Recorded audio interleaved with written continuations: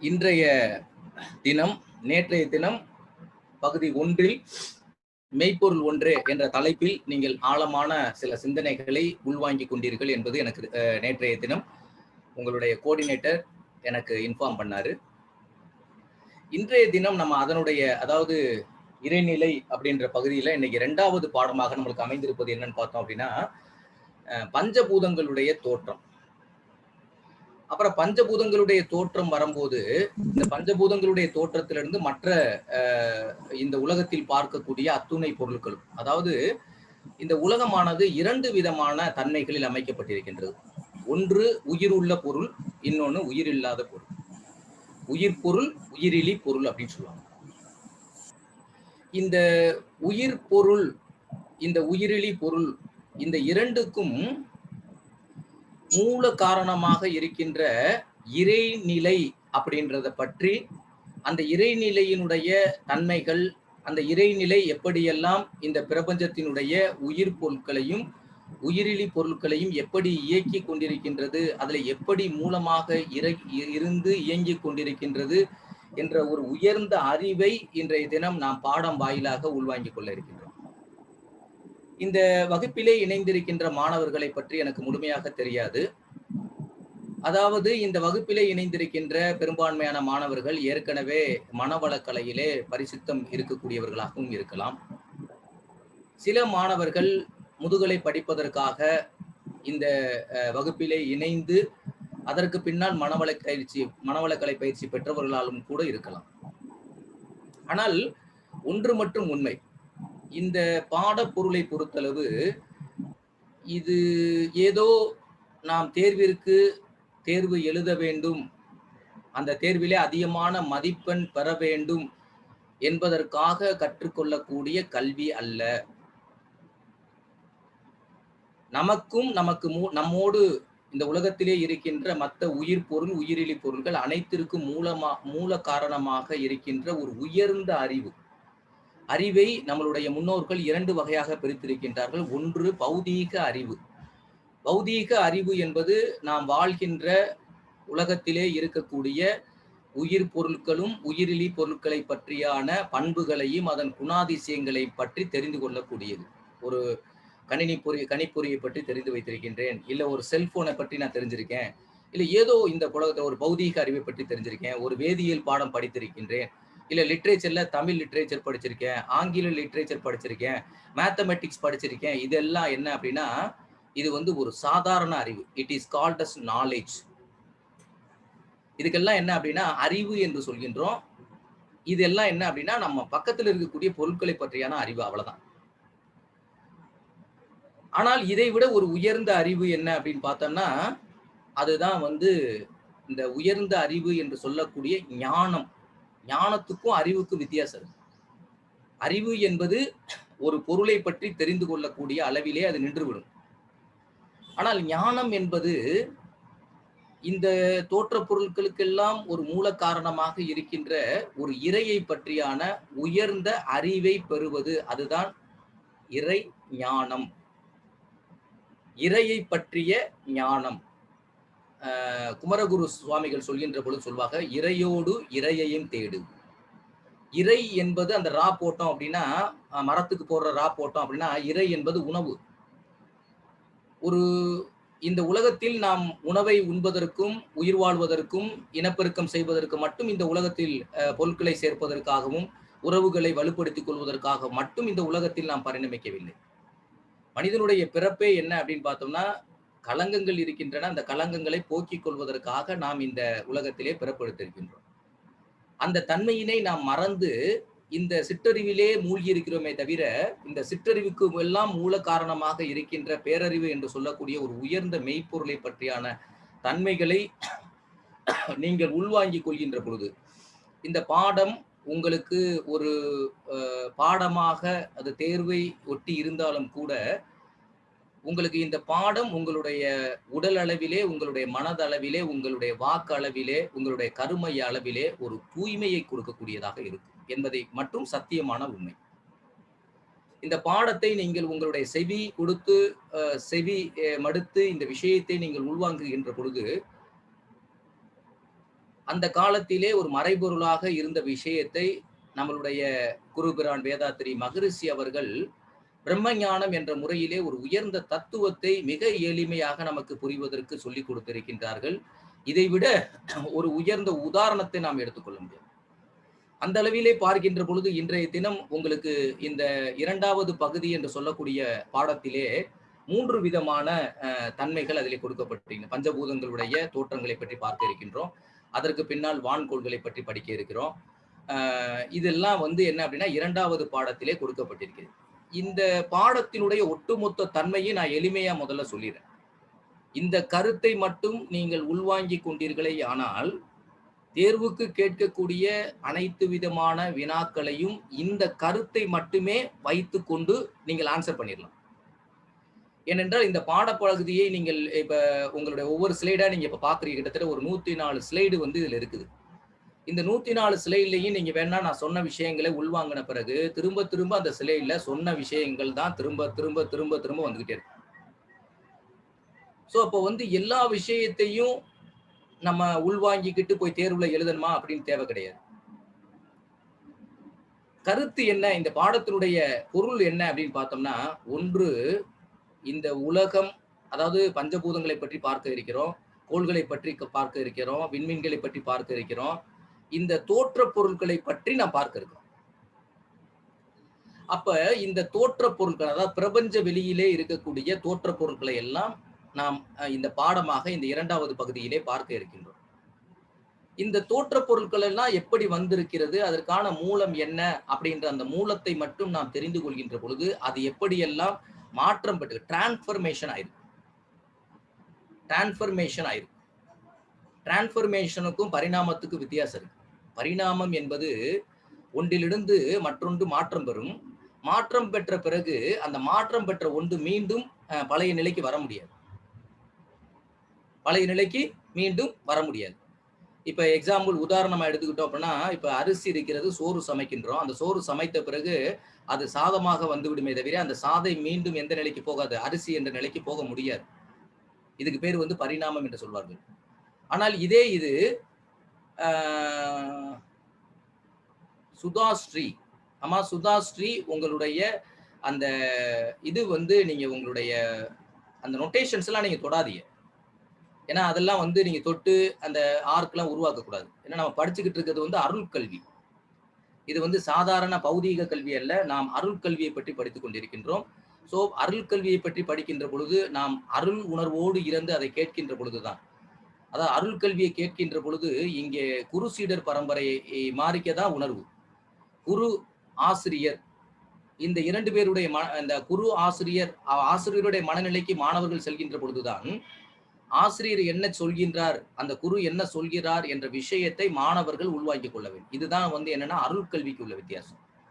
ஆனால் பௌதீக கல்விக்கு உள்ள ஆசிரியருடைய தன்மை அப்படி கிடையாது.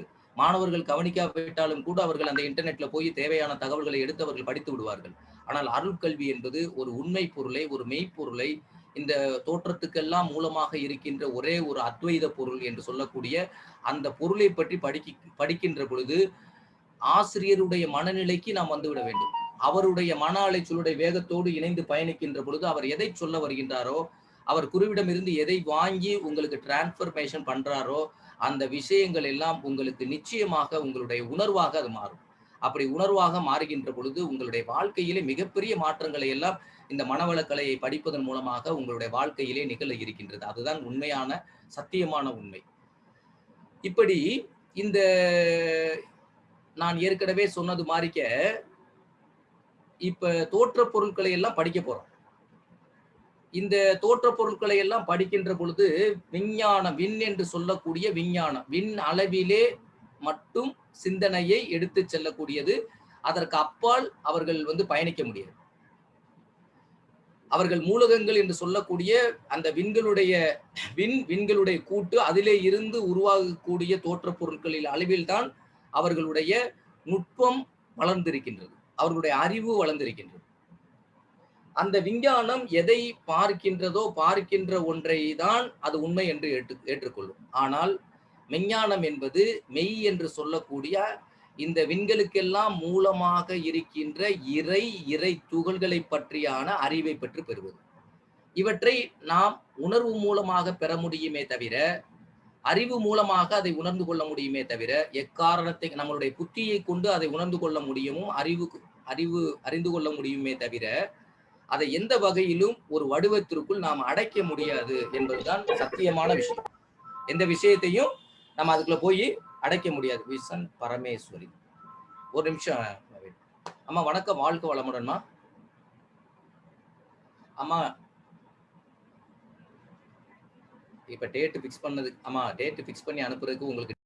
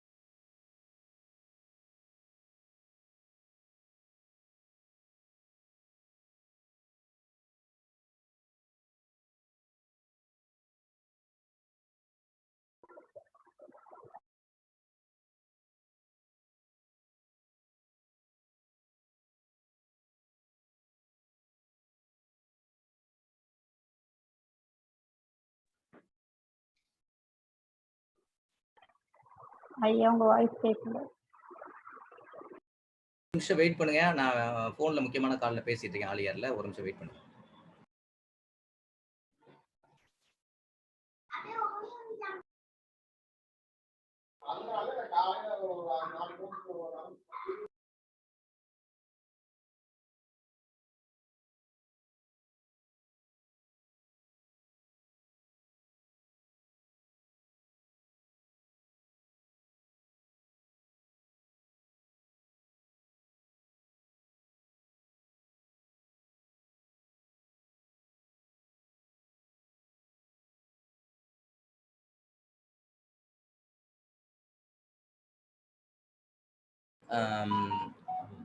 ஓகே,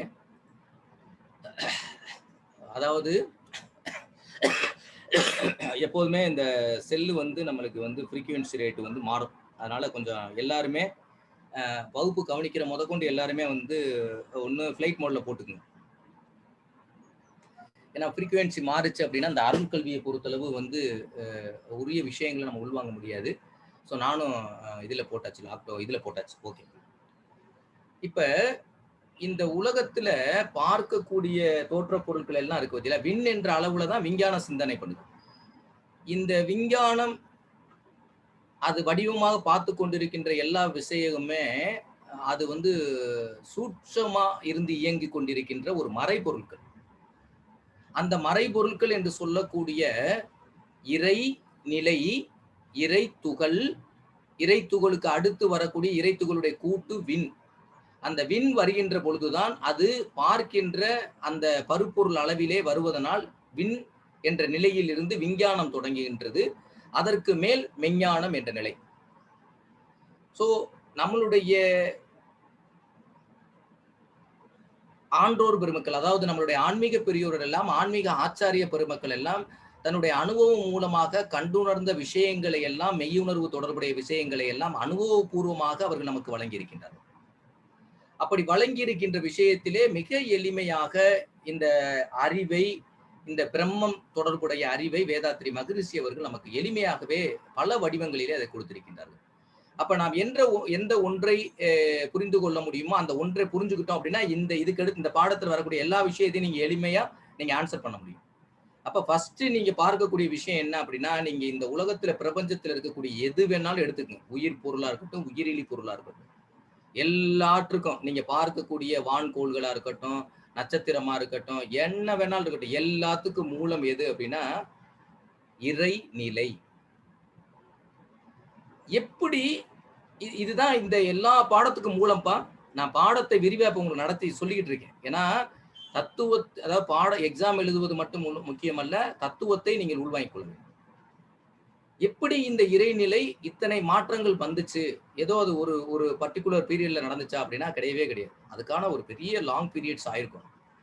அப்படி ஆகியிருந்தா தான் இந்த ஒன்றும் டிரான்ஸ்ஃபர்மேஷன் ஆனது. டிரான்ஸ்ஃபர்மேஷனை பத்தி நான் இடையில சொல்லும்போது சொன்னேன். டிரான்ஸ்ஃபர்மேஷன் ஒன்றிலிருந்து மற்றொன்று மாற்றம் பெறும். ஆனால் மாற்றம் பெற்ற ஒன்று மீண்டும் அந்த பழைய நிலை தான். எப்படி இறைநிலை நொறுங்கி அதாவது இறை துகள்கள் உருவாகின்றது. அந்த இறை துகள்கள் ஒன்றுக்கு மேற்பட்ட இறை துகள்கள் தொகுப்பு இயக்கமாக இயங்குகின்ற பொழுது விண்ணாக மாறுகின்றது. அந்த விண் சுழற்சி வேகத்திலே அந்தந்த பொருட்களின் தன்மைக்கு ஏற்றாப்புல் அது தற்சுழற்சி வேகம் பெறுகின்ற பொழுது அந்த விண்ணிலே இருந்து காந்தம் என்ற இறை துகள் வெளிப்படுகின்றது. அந்த வெறிப்பட்ட இறை துகள் அழுத்தம், ஒளி, சுவை, மனமாக மாறிவிட்டு மீண்டும் அது இறை துகளாவே, அதாவது அந்த நிலையிலே அப்படி கரைஞ்சிருது. அதனாலதான் அலைகள் ஓடுவதும் இல்லை, நிற்பதும் இல்லைன்னு சொல்லுவாங்க. அது ஒவ்வொன்றும் ஒரு துகள்களுக்கு இடையில நடந்துகிட்டு இருக்கு. இந்த விஷயத்தை தான் புரியணும். அப்ப இறைநிலை முதல்ல என்ன இருக்கு அப்படின்னா, இறைநிலை அப்படியே இருக்கு. இறைநிலையில என்ன நடக்குது அப்படின்னு பார்த்தோம்னா, இறைநிலைக்கு தன்னிருக்கும் ஆற்றல், சூழ்ந்தெழுத்தும் ஆற்றல் அதுக்கு இருக்கு. Self compressive force. இந்த செல்ஃப் கம்ப்ரசிவ் ஃபோர்ஸ் இறைநிலைக்கு இருக்கு. அப்படி இறைநிலைக்கு அந்த செல்ஃப் கம்ப்ரசிவ் ஃபோர்ஸ் இருக்கிறதுனால அது தன்னைத்தானே இறுக்கிக் கொள்கின்றது. அப்படி தன்னைத்தான் இறுக்கிக் கொள்கின்ற பொழுது அது துகள்களாக நொறுங்குகின்றது. அப்படி சிறு சிறு துகள்களாக நொறுங்குகின்ற துகள்கள் இருக்கு பார்த்தீங்களா, அந்த துகளுக்கு என்ன பெயர் அப்படின்னா இறை துகள், காட் பார்ட்டிகல்ஸ். இன்னைக்கு இந்த போசான் துகள்கள் படிச்சோம் பார்த்தீங்களா, ஏன்னா அது பல விஷயங்கள்ல அந்த ஆய்வு நடத்தின பிறகுதான் அது காட் பார்ட்டிகல்ஸ் அப்படின்றத கடைசியா கண்டுபிடிச்சாங்க. கடந்த காலங்கள்ல நீங்க அதை பத்தி நிறைய செய்திகள் பார்த்திருப்பீங்க. காட் பார்ட்டிகல்ஸ் இறை துகள், கடவுள் துகள். அது அந்த இறை துகள்கள் ஐயா, இந்த உங்களுடைய எல்லா இதுலயுமே மியூட் போட்டு வச்சிருங்க கம்ப்ளீட்டா. இடையில இல்ல இப்ப சொன்னதை இன்னும் கொஞ்சம் சொல்லுங்க. இன்னொரு சொல்லுங்க சார். என்னையா? இந்த இறை துகள் இன்னொரு சொல்லுங்க சார். இறை துகள் இன்னொரு தடவை சொல்லுங்க சார். ரைட். அதாவது இறைநிலை இருக்குது. இறைநிலை அப்படின்றதுக்கு எப்படி அது எல்லா தோற்ற பொருட்களாக மாறுதுன்னு பார்த்தோம்னா, அந்த இறைநிலைக்கு அதுக்கு இயற்கையாகவே என்ன இருக்குது அப்படின்னு பார்த்தோம்னா செல்ஃப் கம்ப்ரசிவ் ஃபோர்ஸ். அதாவது செல்ஃப் கம்ப்ரசிவ் ஃபோர்ஸ், தன்னைத்தானே இறுக்கிக் கொள்ளக்கூடிய ஆற்றல் அதுக்கு இருக்கு. அப்படி செல்ஃப் கம்ப்ரசிவ் ஃபோர்ஸ் இருக்கிறதுக்கு காரணமாகத்தான் அது இறைநிலை தன்னைத்தானே இறுக்கிக் கொள்கின்ற பொழுது அந்த இறுக்கத்திலே என்ன ஆகுது அப்படின்னா அந்த இறைநிலை என்பது துகள்களாக நொறுங்குகின்றது.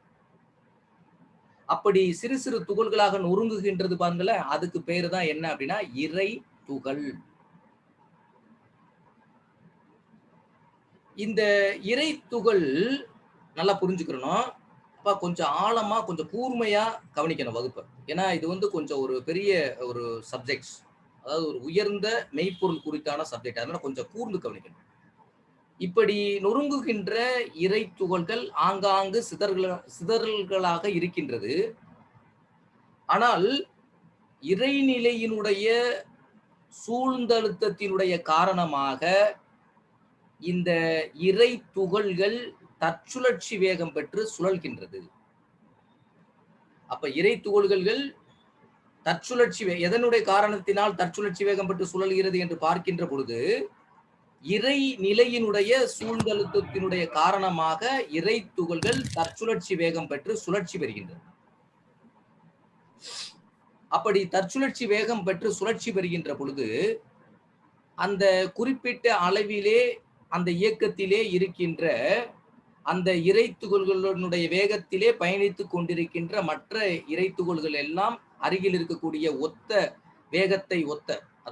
வேகத்தை கொண்ட ஒரே விதமான தன்மையை கொண்ட இறை துகள்கள் எல்லாம் ஒரு தொகுப்பு இயக்கமாக இயங்குகின்றது. அதெல்லாம் நீங்க பின்னாடி ஸ்லைட்ல பார்க்க போறீங்க. நான் இப்ப என்ன சொல்றேனோ அது ஸ்லைட்ல வந்துகிட்டே இருக்கும், வரிசையா நான் பாஸ் அவுட் பண்ணிட்டு போயிட்டே இருப்பேன். நீங்க கருத்தை மட்டும் புரிஞ்சுக்கணும். ஏன்னா இதை புரிஞ்சுட்டா இந்த சப்ஜெக்ட் எல்லாமே அதான் பேஸ். அதை வச்சுட்டு நீங்க படிச்சு பார்த்தீங்க அப்படின்னா உங்களுக்கு எல்லாமே புரியும் அந்த பாடப்புத்தகத்துல. அப்ப என்ன பண்ணுது அப்படின்னா ஒரு இறை துகள் எல்லாம் தொகுப்பு இயக்கமாக இயங்குகின்றது. இப்ப ஏற்கனவே என்ன சொல்லியிருக்கோம் அப்படின்னு பார்த்தோம்னா இந்த அதாவது இந்த இறை துகள் என்பது ஒரு தொகுப்பு இயக்கமாக இயங்குகின்ற பொழுது அதற்கு ஏற்கனவே தற்சுழற்சி வேகம் இருக்கின்றது. அந்த தற்சுழற்சி வேகம் அந்த இறை துகள்கள் எல்லாம் ஒரு கூட்டாக இணைந்து விண்ணாக மாறுது பத்தியெல்லாம் ஒரு 1000 சேர்ந்த ஒரு தொகுப்புன்னு வச்சுங்களேன், ஒரு இறை துகள். அதுக்கு பேர் வந்து விண் என்ற ஒரு துகள். அந்த விண்ணுக்குள்ள எல்லா 1000 இறை துகள் இருக்கு பத்தியில அந்த 1000 இறை துகளும் என்ன பண்ணிக்கிட்டு இருக்கு, நான் ஒரு உதாரணமா சொல்றேன். அந்த 1000 இறை துகளும் தற்சுழற்சி வேகத்துல உள்ள சுழன்று கொண்டே இருக்கின்றன. அப்படி சுழன்று கொண்டே இருக்கின்ற பொழுது இந்த விண்களுடைய கூட்டாக இறை துகளுடைய கூட்டாக இருக்கின்ற விண்களும் சுழற்சி பெறுகின்றது. அப்படி விண்கள் சுழற்சி பெறுகின்ற பொழுது அந்த விண் தோன்றிய காலத்தில் இருந்து நேரம் காலம் செல்ல செல்ல செல்ல செல்ல அந்த வேகம் அதற்கு குறைய ஆரம்பிக்கின்றது. எப்படி ஒரு பொருளை வந்து புதிதாக வாங்கி ஒரு உடை அணிகின்ற பொழுது இருக்கின்ற அந்த பளபளப்பு தன்மை, அந்த மினுக்கு தன்மை, அது காலம் செல்ல செல்ல எப்படி ஒரு அதனுடைய அந்த நிறத்திலும் சரி, அந்த பார்க்கின்ற அந்த மினுமினுப்பிலும் சரி அதில் மாற்றம் வரும். அதுபோல இந்த விண் இறைத்துகள் எல்லாம் கூட்டாக சேர்ந்து விண் உற்பத்தி ஆனதுக்கு பின்னாடி அந்த விண் என்ன பண்ணுது அப்படின்னா அதனுடைய வேகம் குறைய ஆரம்பிக்கின்றது. அப்படி ஒத்த வேகத்தை கொண்ட அந்த விண்களை எல்லாம் ஒரு தொகுப்பாக இணைத்து ஒரு விண் சுழன்று கொண்டிருக்கின்றது. அந்த விண்ணுக்கு பக்கத்திலே அருகாமையிலே அதனுடைய வேகத்தோடு ஒத்து போகின்ற மற்றொரு விண்ணை அது தான் ஈர்த்து கொள்கின்றது. ஏனென்றால் இந்த இரண்டுக்குமே ஒரு பொதுவான குணாதிசயங்கள் கொண்டுகின்ற ஒன்று விண்ணுக்கு அதாவது வந்து விலக்கும் ஆற்றல் ஈர்க்கும் ஆற்றல் ரெண்டு இருக்கு. Self compressive force, self repulsive force, ரெண்டு ஃபோர்ஸ் அதுக்கு இருக்கு. ஒன்று தள்ளும் ஆற்றல், இன்னொன்னு கொள்ளும் ஆற்றல். இந்த தள்ளும் ஆற்றல் இருக்கிறதுனால என்ன பண்ணுது அப்படின்னா அதுக்கு அருகாமையில அதனுடைய சுற்றோட்டத்தில் அதனுடைய இயக்க அளவிலே இருக்கின்ற ஒரு விண்ணானது அதனுடைய பக்கத்தில் இருக்கின்ற இன்னொரு விண்ணை உள்ளே இழுக்கின்றது. அப்படி விண்கள் ஒன்றை ஒன்று நெருங்கி வருகின்ற பொழுது அவை ஒரு சுற்றோட்டமாக இருந்து இயங்குகின்ற பொழுதுதான் எலமெண்ட்ஸ் என்று சொல்லக்கூடிய மூலகங்கள் உற்பத்தி ஆகின்றன. எலமெண்ட்ஸ் என்று சொல்லக்கூடிய மூலகங்களுடைய உற்பத்தி தோன்றுகின்றது. அப்படி மூலகங்களுடைய உற்பத்தி தோன்றதுக்கு பின்னாடி இந்த மூலங்கள்ல இருந்து விண் என்ன ஸ்டார்ட் ஆயிருது, விஞ்ஞானம் வந்துருது. இந்த மூலகங்களுடைய எண்ணிக்கைக்கு ஏற்பதான் என்ன உண்டாகுது அப்படின்னு பார்த்தோன்னா ஃபர்ஸ்ட் காற்று என்ற ஒன்று உருவாகிறது. பஞ்சபூதங்களிலே காற்று என்ற ஒன்று உருவாகிறது. அந்த காற்று இன்னும் சற்று அழுத்த காற்றாக மாறுகின்ற பொழுது அது வெப்ப காற்றாக மாறுகின்றது. இன்னும் அதோடு கூட 2-3 விண்கள் அதோடு இன்னும் மூலகங்கள் நெருக்கி இணைகின்ற பொழுது அந்த நெருப்பு காற்று அது குளிர்ந்து, அதாவது அந்த நெருப்பு காற்று இன்னும் நெருங்கி இயங்குகின்ற பொழுது அது ஆவியாகி நீர்த்தன்மையாக மாறிவிடுகின்றது. ஏன்னா நெருப்பு அதிகமா இதானோடனே நீராவியாகி அது வந்து நீர்த்தன்மையை பெறுகின்றது. அப்படி நீராக வந்தவுடன் அந்த நீர் இன்னும் கனமான அணுக்கள் எல்லாம் அதோட அணுக்கள் எல்லாம் விண்கள் சேர்கின்ற பொழுது அதனுடைய எண்ணிக்கை மாறுபடுகின்ற பொழுது அதுவே மண் என்று ஒரு பஞ்சபூதமாக மாறிவிடுகின்றது. இந்த 5 தான் நம்ம உடல்லையும் இருக்குது, இந்த பிரபஞ்சத்திலையும் இருக்குது. இந்த 5 தான் அத்துணை விதமான உயிர் பொருட்கள் உயிரிழி பொருட்களிலும் வெவ்வேறு விகிதாச்சாரத்திலே இருந்து அதனுடைய இயக்கத்தை நடத்தி கொண்டிருக்கின்றது என்ற உண்மையை நாம் புரிந்து கொள்ள வேண்டும். அதனால்தான் அந்த காலத்திலே சிலர் சொல்கின்ற பொழுது அண்டத்தில் உள்ளதுதான் பிண்டத்தில் பிண்டத்தில் உள்ளதுதான் அண்டத்தில் என்று வல்லார் சொல்கின்ற அடிப்படையிலும் சரி, அதே போல் நம்மளுடைய மகரிஷி அதாவது இங்கே என் அண்டத்தில் உயிர் என்று அதாவது பிண்டத்தில் உயிர் என்று எது பேசப்படுகிறதோ அதுதான் அண்டத்தில் உயிர் என இறை என பேசப்படுகிறது. அண்டத்தில் எது இறை என பேசப்படுகிறதோ அதுதான் பிண்டத்தில் உயிர் என பேசப்படுகிறது. மாற்றி போட்டுங்க. அப்ப அண்டத்தில் உள்ளதுதான் பிண்டத்தினா அண்டம் வேறல்ல, பிண்டம் வேற அல்ல. அண்டம் என்பது பஞ்சபூதங்களுடைய கூட்டுக்களால் ஆக்கப்பட்டிருக்கின்ற ஒரு கலவை, அதனுடைய விகிதாச்சாரம். அதே விகிதாச்சாரத்தினுடைய அடிப்படையில் தான் நாம் பார்க்கின்ற இந்த பௌதீக உடல் அமைந்திருக்கின்றது. ஒரு மனிதன் இறந்த பிறகு அந்த பௌதீக உடல் என்பது அந்த பஞ்சபூதங்கள் தனித்தனி பூதங்களாக பிரிந்து அந்த உடலை விட்டு சென்றுவிடும். இது பார்க்கின்ற ஒரு பொருள், இது ஒரு உண்மை பொருள் அல்ல. ஆனால் நாம் இதை மெய் என்று சொல்வோம். இந்த உடலை மெய் என்று நாம் சொல்வோம். மெய் அல்ல. எது பொய்யோ அதுதான் மெய்ன்னு நம்ம சொல்றோம். இந்த உடல் மெய் அல்ல. ஆனால் இந்த உடலுக்குள் மறைபொருளாக இயங்கிக் கொண்டிருக்கின்ற உயிர் தான் மெய்ப்பொருள். அதுக்கு பின்னாடிதான் எல்லாமே வருது. சோ இப்படித்தான் பஞ்சபூதங்களுடைய தோற்றம் வருகிறது. அதைத்தான் இந்த சிலையில கொடுத்திருக்காங்க. சோ இந்த தன்மை உங்களுக்கு புரிஞ்சிருச்சு அப்படின்னா இந்த பாடம் முழுவதும் அதுதான். இப்ப பஞ்சபூதங்களுடைய தோற்றங்களை பாருங்க. பஞ்சபூதங்களுடைய தொகுப்பே பிரபஞ்சம். பாத்தீங்களா? பிரபஞ்சம் என்று பஞ்சபூதங்களுடைய தொகுப்பு. அப்ப இந்த பிரபஞ்சத்திலே வாழ்கின்ற ஒவ்வொரு உயிர் பொருள், உயிரிலி பொருள் அனைத்துமே இந்த பஞ்சபூதங்களுடைய கூட்டு தான். வெவ்வேறு விகிதத்தில் இருக்கு. மண்ணுல வெறும் மண் என்ற பூதம் மட்டும் இருக்கும். காற்றுல வெறும் காற்று என்ற பூதம் மட்டும் இருக்கும். இப்படி ஒவ்வொரு விஷயங்கள். இதைத்தான் வடமொழியிலே பஞ்சபூதங்கள், பஞ்ச என்றால் 5, பூதங்கள் என்றால் இந்த 5 தன்மைகளையும் நாம் பூதங்கள் என்று குறிப்பிடுகின்றோம். சோ பிருத்திவி, அப்பு, தேயு, வாயு, ஆகாசம் என்று வடமொழியிலே இதற்கு வடமொழியாளர்கள் பெயர் கொடுக்கின்றார்கள். அதே நம்முடைய தமிழ் சித்தர்கள் இதற்கு தமிழ் சித்தர்கள், அதாவது நம்மளுடைய சித்தர்கள் தான் இந்த சித்த மருத்துவத்திலே மிக நுட்பமாகவே உடலிலே இருக்கக்கூடிய இந்த பஞ்சபூதங்களிலே குறிப்பாக 3 பூதங்கள் மட்டும், அதுதான் ஆயுர்வேதத்திலுமே சொல்லப்படுகின்றது. வாதம், பித்தம், கவம், மிகினும் குறையினும் நோய் செய்யும் நூலோர் வழிமுதலா எண்ணிய 3 என்று யார் சொல்றா அப்படின்னா தெய்வ புலவர் திருவள்ளுவர் சொல்றாரு. நோய்க்கான காரணம் என்ன அப்படின்னு பார்த்தோன்னா அது இந்த 3னுடைய குறைவு தான். அதைத்தான் வேதாத்திரி மகரிஷி அவர்கள் நம்ம உடம்புல ரத்த ஓட்டம், வெப்ப ஓட்டம், காற்று ஓட்டம், இந்த 3 ஓட்டங்களும் எப்பொழுது சீர்கெடாமல், வேகம் கூடாமல், வேகம் குறையாமல், இல்லை எங்கேயாவது தடை ஏற்படாமல் சரியாக இயங்கிக் கொண்டிருக்கின்ற பொழுது, நம்மளுடைய உடலுக்கும் உயிருக்குமான இணக்கமான உறவு இருக்கின்ற பொழுது இந்த உடல் அளவிலே மனது அளவிலே நாம் அமைதியான வாழ்க்கையை பெற முடியும் என்ற ஒரு உயர்ந்த சிந்தனையை நம்மளுடைய குருபிரான் வேதாத்திரி மகரிஷி அவர்கள் நமக்கு வழங்கியிருக்கிறார். இதை விட இன்னும் நுணுக்கமாக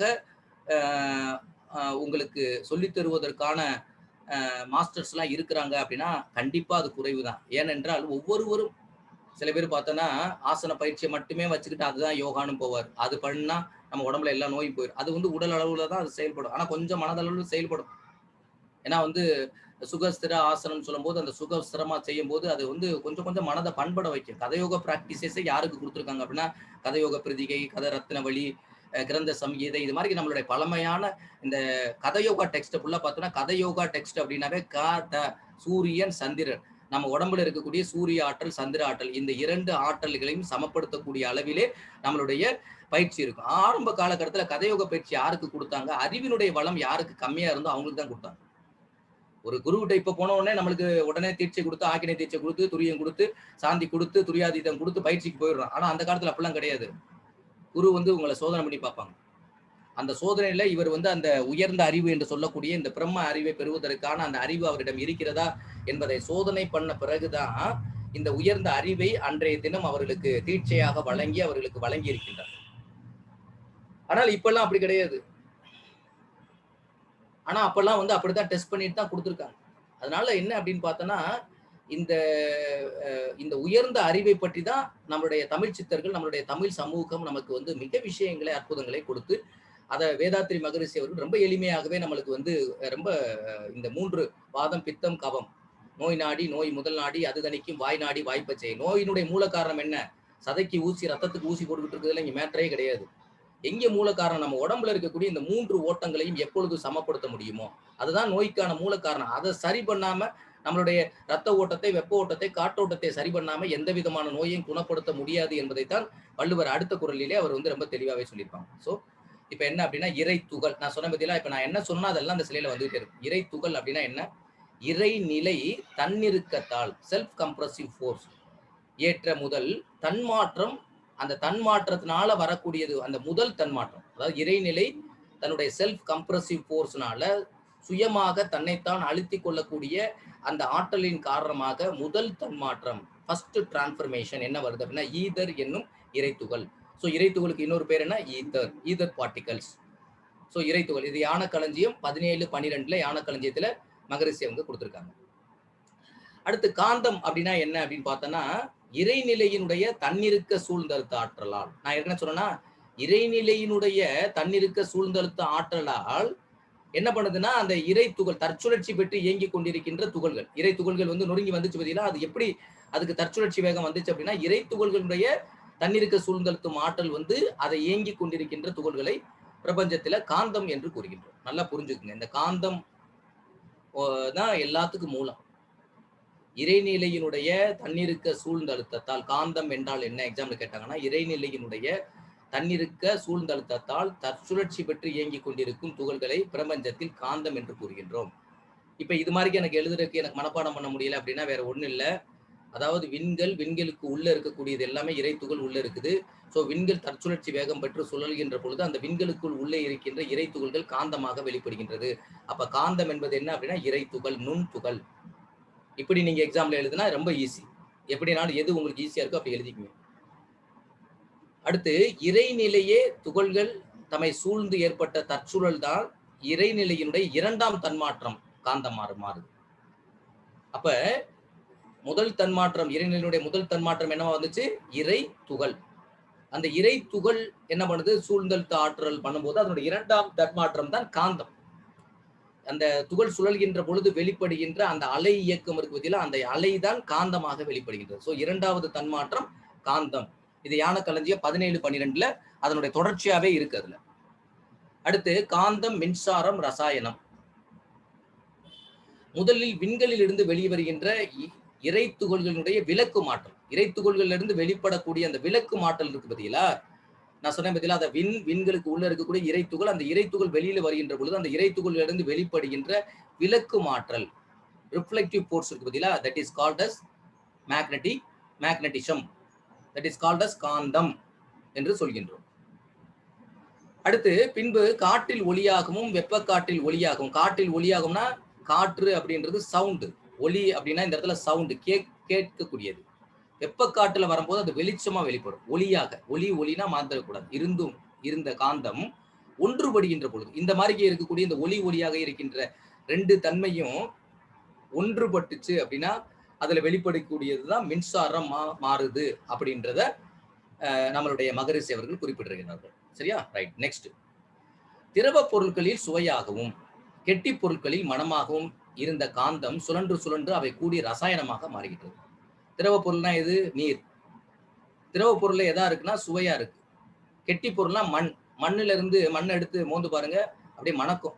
சில சமயத்துல கிராமத்து பக்கம் போனோம்னா அந்த மழை பெய்யும் போது பார்த்தோன்னா அந்த மண்ணுல இருந்து அவ்வளவு, அந்த வயல்ல நின்றோம்னா அவ்வளவு வாசம் வரும்.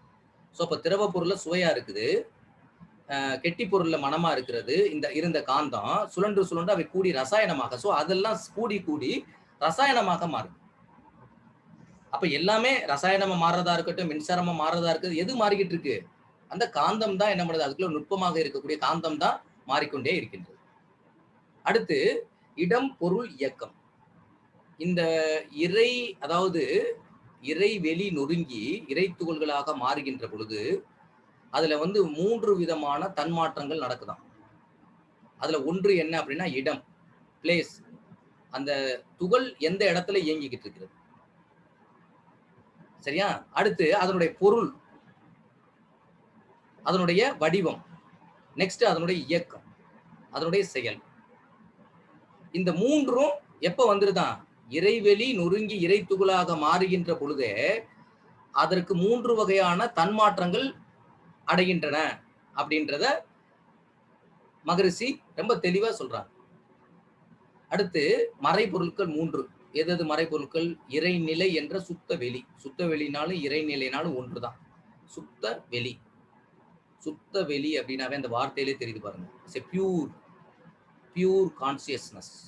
ஸோ சுத்த வெளி, அடுத்து இறை துகள், அடுத்து காந்தம். இப்ப காந்தம்னா என்னன்னு தெரியும். விண்கள்ல இருந்து வெளிவருகின்ற இறை துகள்கள், அந்த இறை துகள்கள்ல இருந்து வெளிப்படக்கூடிய விளக்கும் ஆற்றலை தான் நம்ம என்ன சொல்றோம்? காந்தம் என்று சொல்கின்றோம். இறை துகள் என்பது இறைநிலை தன்னைத்தான் அழுத்தி நொறுங்குகின்ற பொழுது அது இறை துகள்களாக மாறுகின்றது. இந்த மூன்றும் மறைபொருட்கள். மறைபொருட்களை பற்றி எழுது அப்படின்னா இந்த மூன்று தான். இது வந்து மெஞ்ஞானம் தான். இதை மெஞ்ஞான ரீதியில சொல்லப்படுகின்ற விஷயம். சரியா? ரைட். அடுத்து விண். இதுல இருந்து விஞ்ஞானம் ஸ்டார்ட் ஆயிடும். விண் என்பது இறைநிலையினுடைய சூழ்த்தழுத்தத்தால், இறைநிலை சூழ்ந்தழுத்து தான் அதை தானே சூழ்ந்தழுத்திட்டு இருக்க. நான் இது எல்லாமே முன்னாடி சொல்லிட்டேன். உங்களுக்கு இன்ட்ரோடக்ஷன்ல ரொம்ப தெளிவா சொல்லிட்டேன். அந்த இறைநிலை வந்து தன்னைத்தால் சூழ்ந்தழுத்துகின்ற பொழுது அந்த இறைத்துகள் பக்கத்தில் இருக்கக்கூடிய இறைத்துகள்கள் எல்லாம் ஒரு கொத்து இயக்கமாக இயங்குகின்ற பொழுது அது விண் என்று அழைக்கப்படுகிறது. அப்ப விண் என்றால் என்ன? இறைத்துகள்களுடைய தொகுப்பு. சுருக்கமா விண் என்றால் என்ன அப்படின்னு கொஸ்டின் கேட்டாங்கன்னா, இறைத்துகளுடைய தொகுப்பிற்கு பெயர் விண் என்று பெயர். ரொம்ப ஒண்ணும் குழப்பிக்கலாம் வேண்டியதில்லை.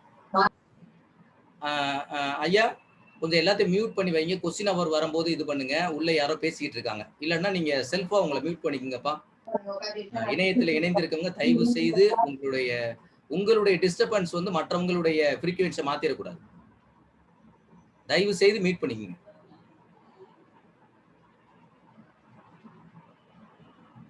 இதுதான் அந்த பாருங்க. இப்ப என்ன பண்ணுது பாருங்க. அங்க இருக்கக்கூடிய இது ஃபுல்லா இறைத்துகள் இருக்கா. இந்த இறைத்துகள்கள் எல்லாம் என்ன பண்ணுது அப்படின்னு பாருங்க. ஒன்றை ஒன்று இணைந்து இயங்குகின்ற பொழுது அது என்ன ஆகுது பாருங்க. இப்ப பாருங்க, உள்ள செல்ஃப் கம்ப்ரசிவ் போர்ஸுக்கு உள்ள போகுது. வெளியில வரும்போது என்ன ஆகுது?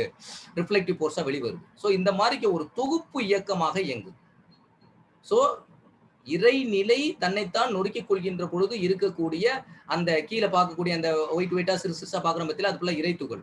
இந்த இறை துகளுடைய கொத்து இயக்கம் தான் என்னது? விண். அப்ப விண் என்றால் என்ன அப்படின்னா இறைத்துகளுடைய தொகுப்பிற்கு விண் என்று பெயர். இதுல ஏதாவது ஆன்சர் பண்றதுல கஷ்டம் இல்லைன்னு நினைக்கிறேன். ஆனா என்னை பொறுத்தளவு அருள் கல்வியை அருளாக வாங்கிக் கொள்ள வேண்டுமே தவிர அது வந்து ஏதோ தேர்விற்கு எழுத வேண்டும் என்ற நினைப்பிலே மட்டும் பாடத்தை கவனிக்காது. அதுதான் நான் ரொம்ப அழுத்தமா சொல்வேன். இப்ப இந்த இறைத்துகள் எல்லாம் அங்கங்க தொகுப்பு இயக்கமா இணைஞ்சிச்சு பத்தியெல்லாம். இது ஃபுல்லா என்னது? இறைத்துகளுடைய தொகுப்பு விண். ஒண்ணு ஒரு விண்ணு. அப்ப விண்கள் வந்து அதனுடைய வேக தற்சுழற்சி வேகத்திற்கு ஏற்றாற் போல் அதுக்கு ஒத்த தன்மைகளை கொண்ட மற்றொரு விண்ணை அருகிலே இருந்து ஈர்த்து கொண்டிருக்கின்றது. அப்படி ஈர்த்து கொள்கின்ற பொழுது இவை எல்லாம் ஒன்றோடு ஒன்று வருகின்ற பொழுது இவற்றில் இருந்துதான் மூலகங்கள் உற்பத்தி ஆகின்றன. இப்ப இதுல ஏதாவது இது புரிஞ்சிருக்கு அப்படின்னா உங்களுடைய சாட் பாக்ஸ்ல ஒய் அப்படின்ற ஒரு லெட்டர் மட்டும் நீங்க போடலாம். இப்ப உங்களுடைய சாட் பாக்ஸ்ல எனக்கு இந்த இது வரைக்கும் எனக்கு பகுதி புரிஞ்சிருக்கு அப்படின்னா நீங்க சாட் பாக்ஸ்ல ஒய் அப்படின்ற லெட்டர் மட்டும் போடலாம். ஒய் அப்படின்னு போடலாம். சாட் பாக்ஸ்ல ஒய்ன்னு போடுங்க. அவ்வளவுதான். 4 பேர் தான் ரெஸ்பான்ஸ் பண்ணிருக்காங்க. ஆனா இணையத்துல வந்து எத்தனை பேர் இருக்காங்க? 100 பேர் இருக்காங்க. ஏன்னா வந்து நேரடியானா உங்க முகத்தை பார்த்து ஆசிரியர் கண்டுபிடிச்சிருவாரு புரிஞ்சிருக்கு புரியல அப்படின்னு. இப்ப வந்து நம்ம இணையத்துல இருந்து நடத்திக்கிட்டு இருக்கனால கொஞ்சம் புரிஞ்சிருச்சா? Very good okay. போதும்பா ரைட். கொஞ்சம் லைவாவே இருங்க. உங்களுக்கு நீங்க சாட் பாக்ஸ் நான் பக்கத்துல வச்சிருக்கேன். உங்களுக்கு ஏதாவது டவுட் இருந்தா क्वेश्चन கேளுங்க. ரைட். அடுத்த பாயிண்ட்.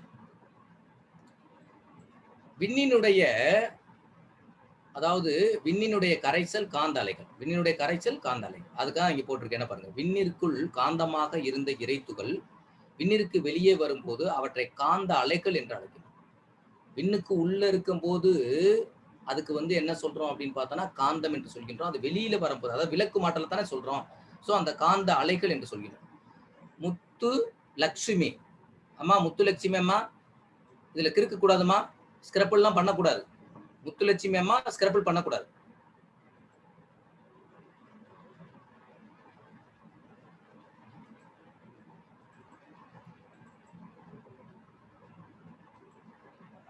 ஸ்கிரப்பிள் பண்ணக்கூடாது.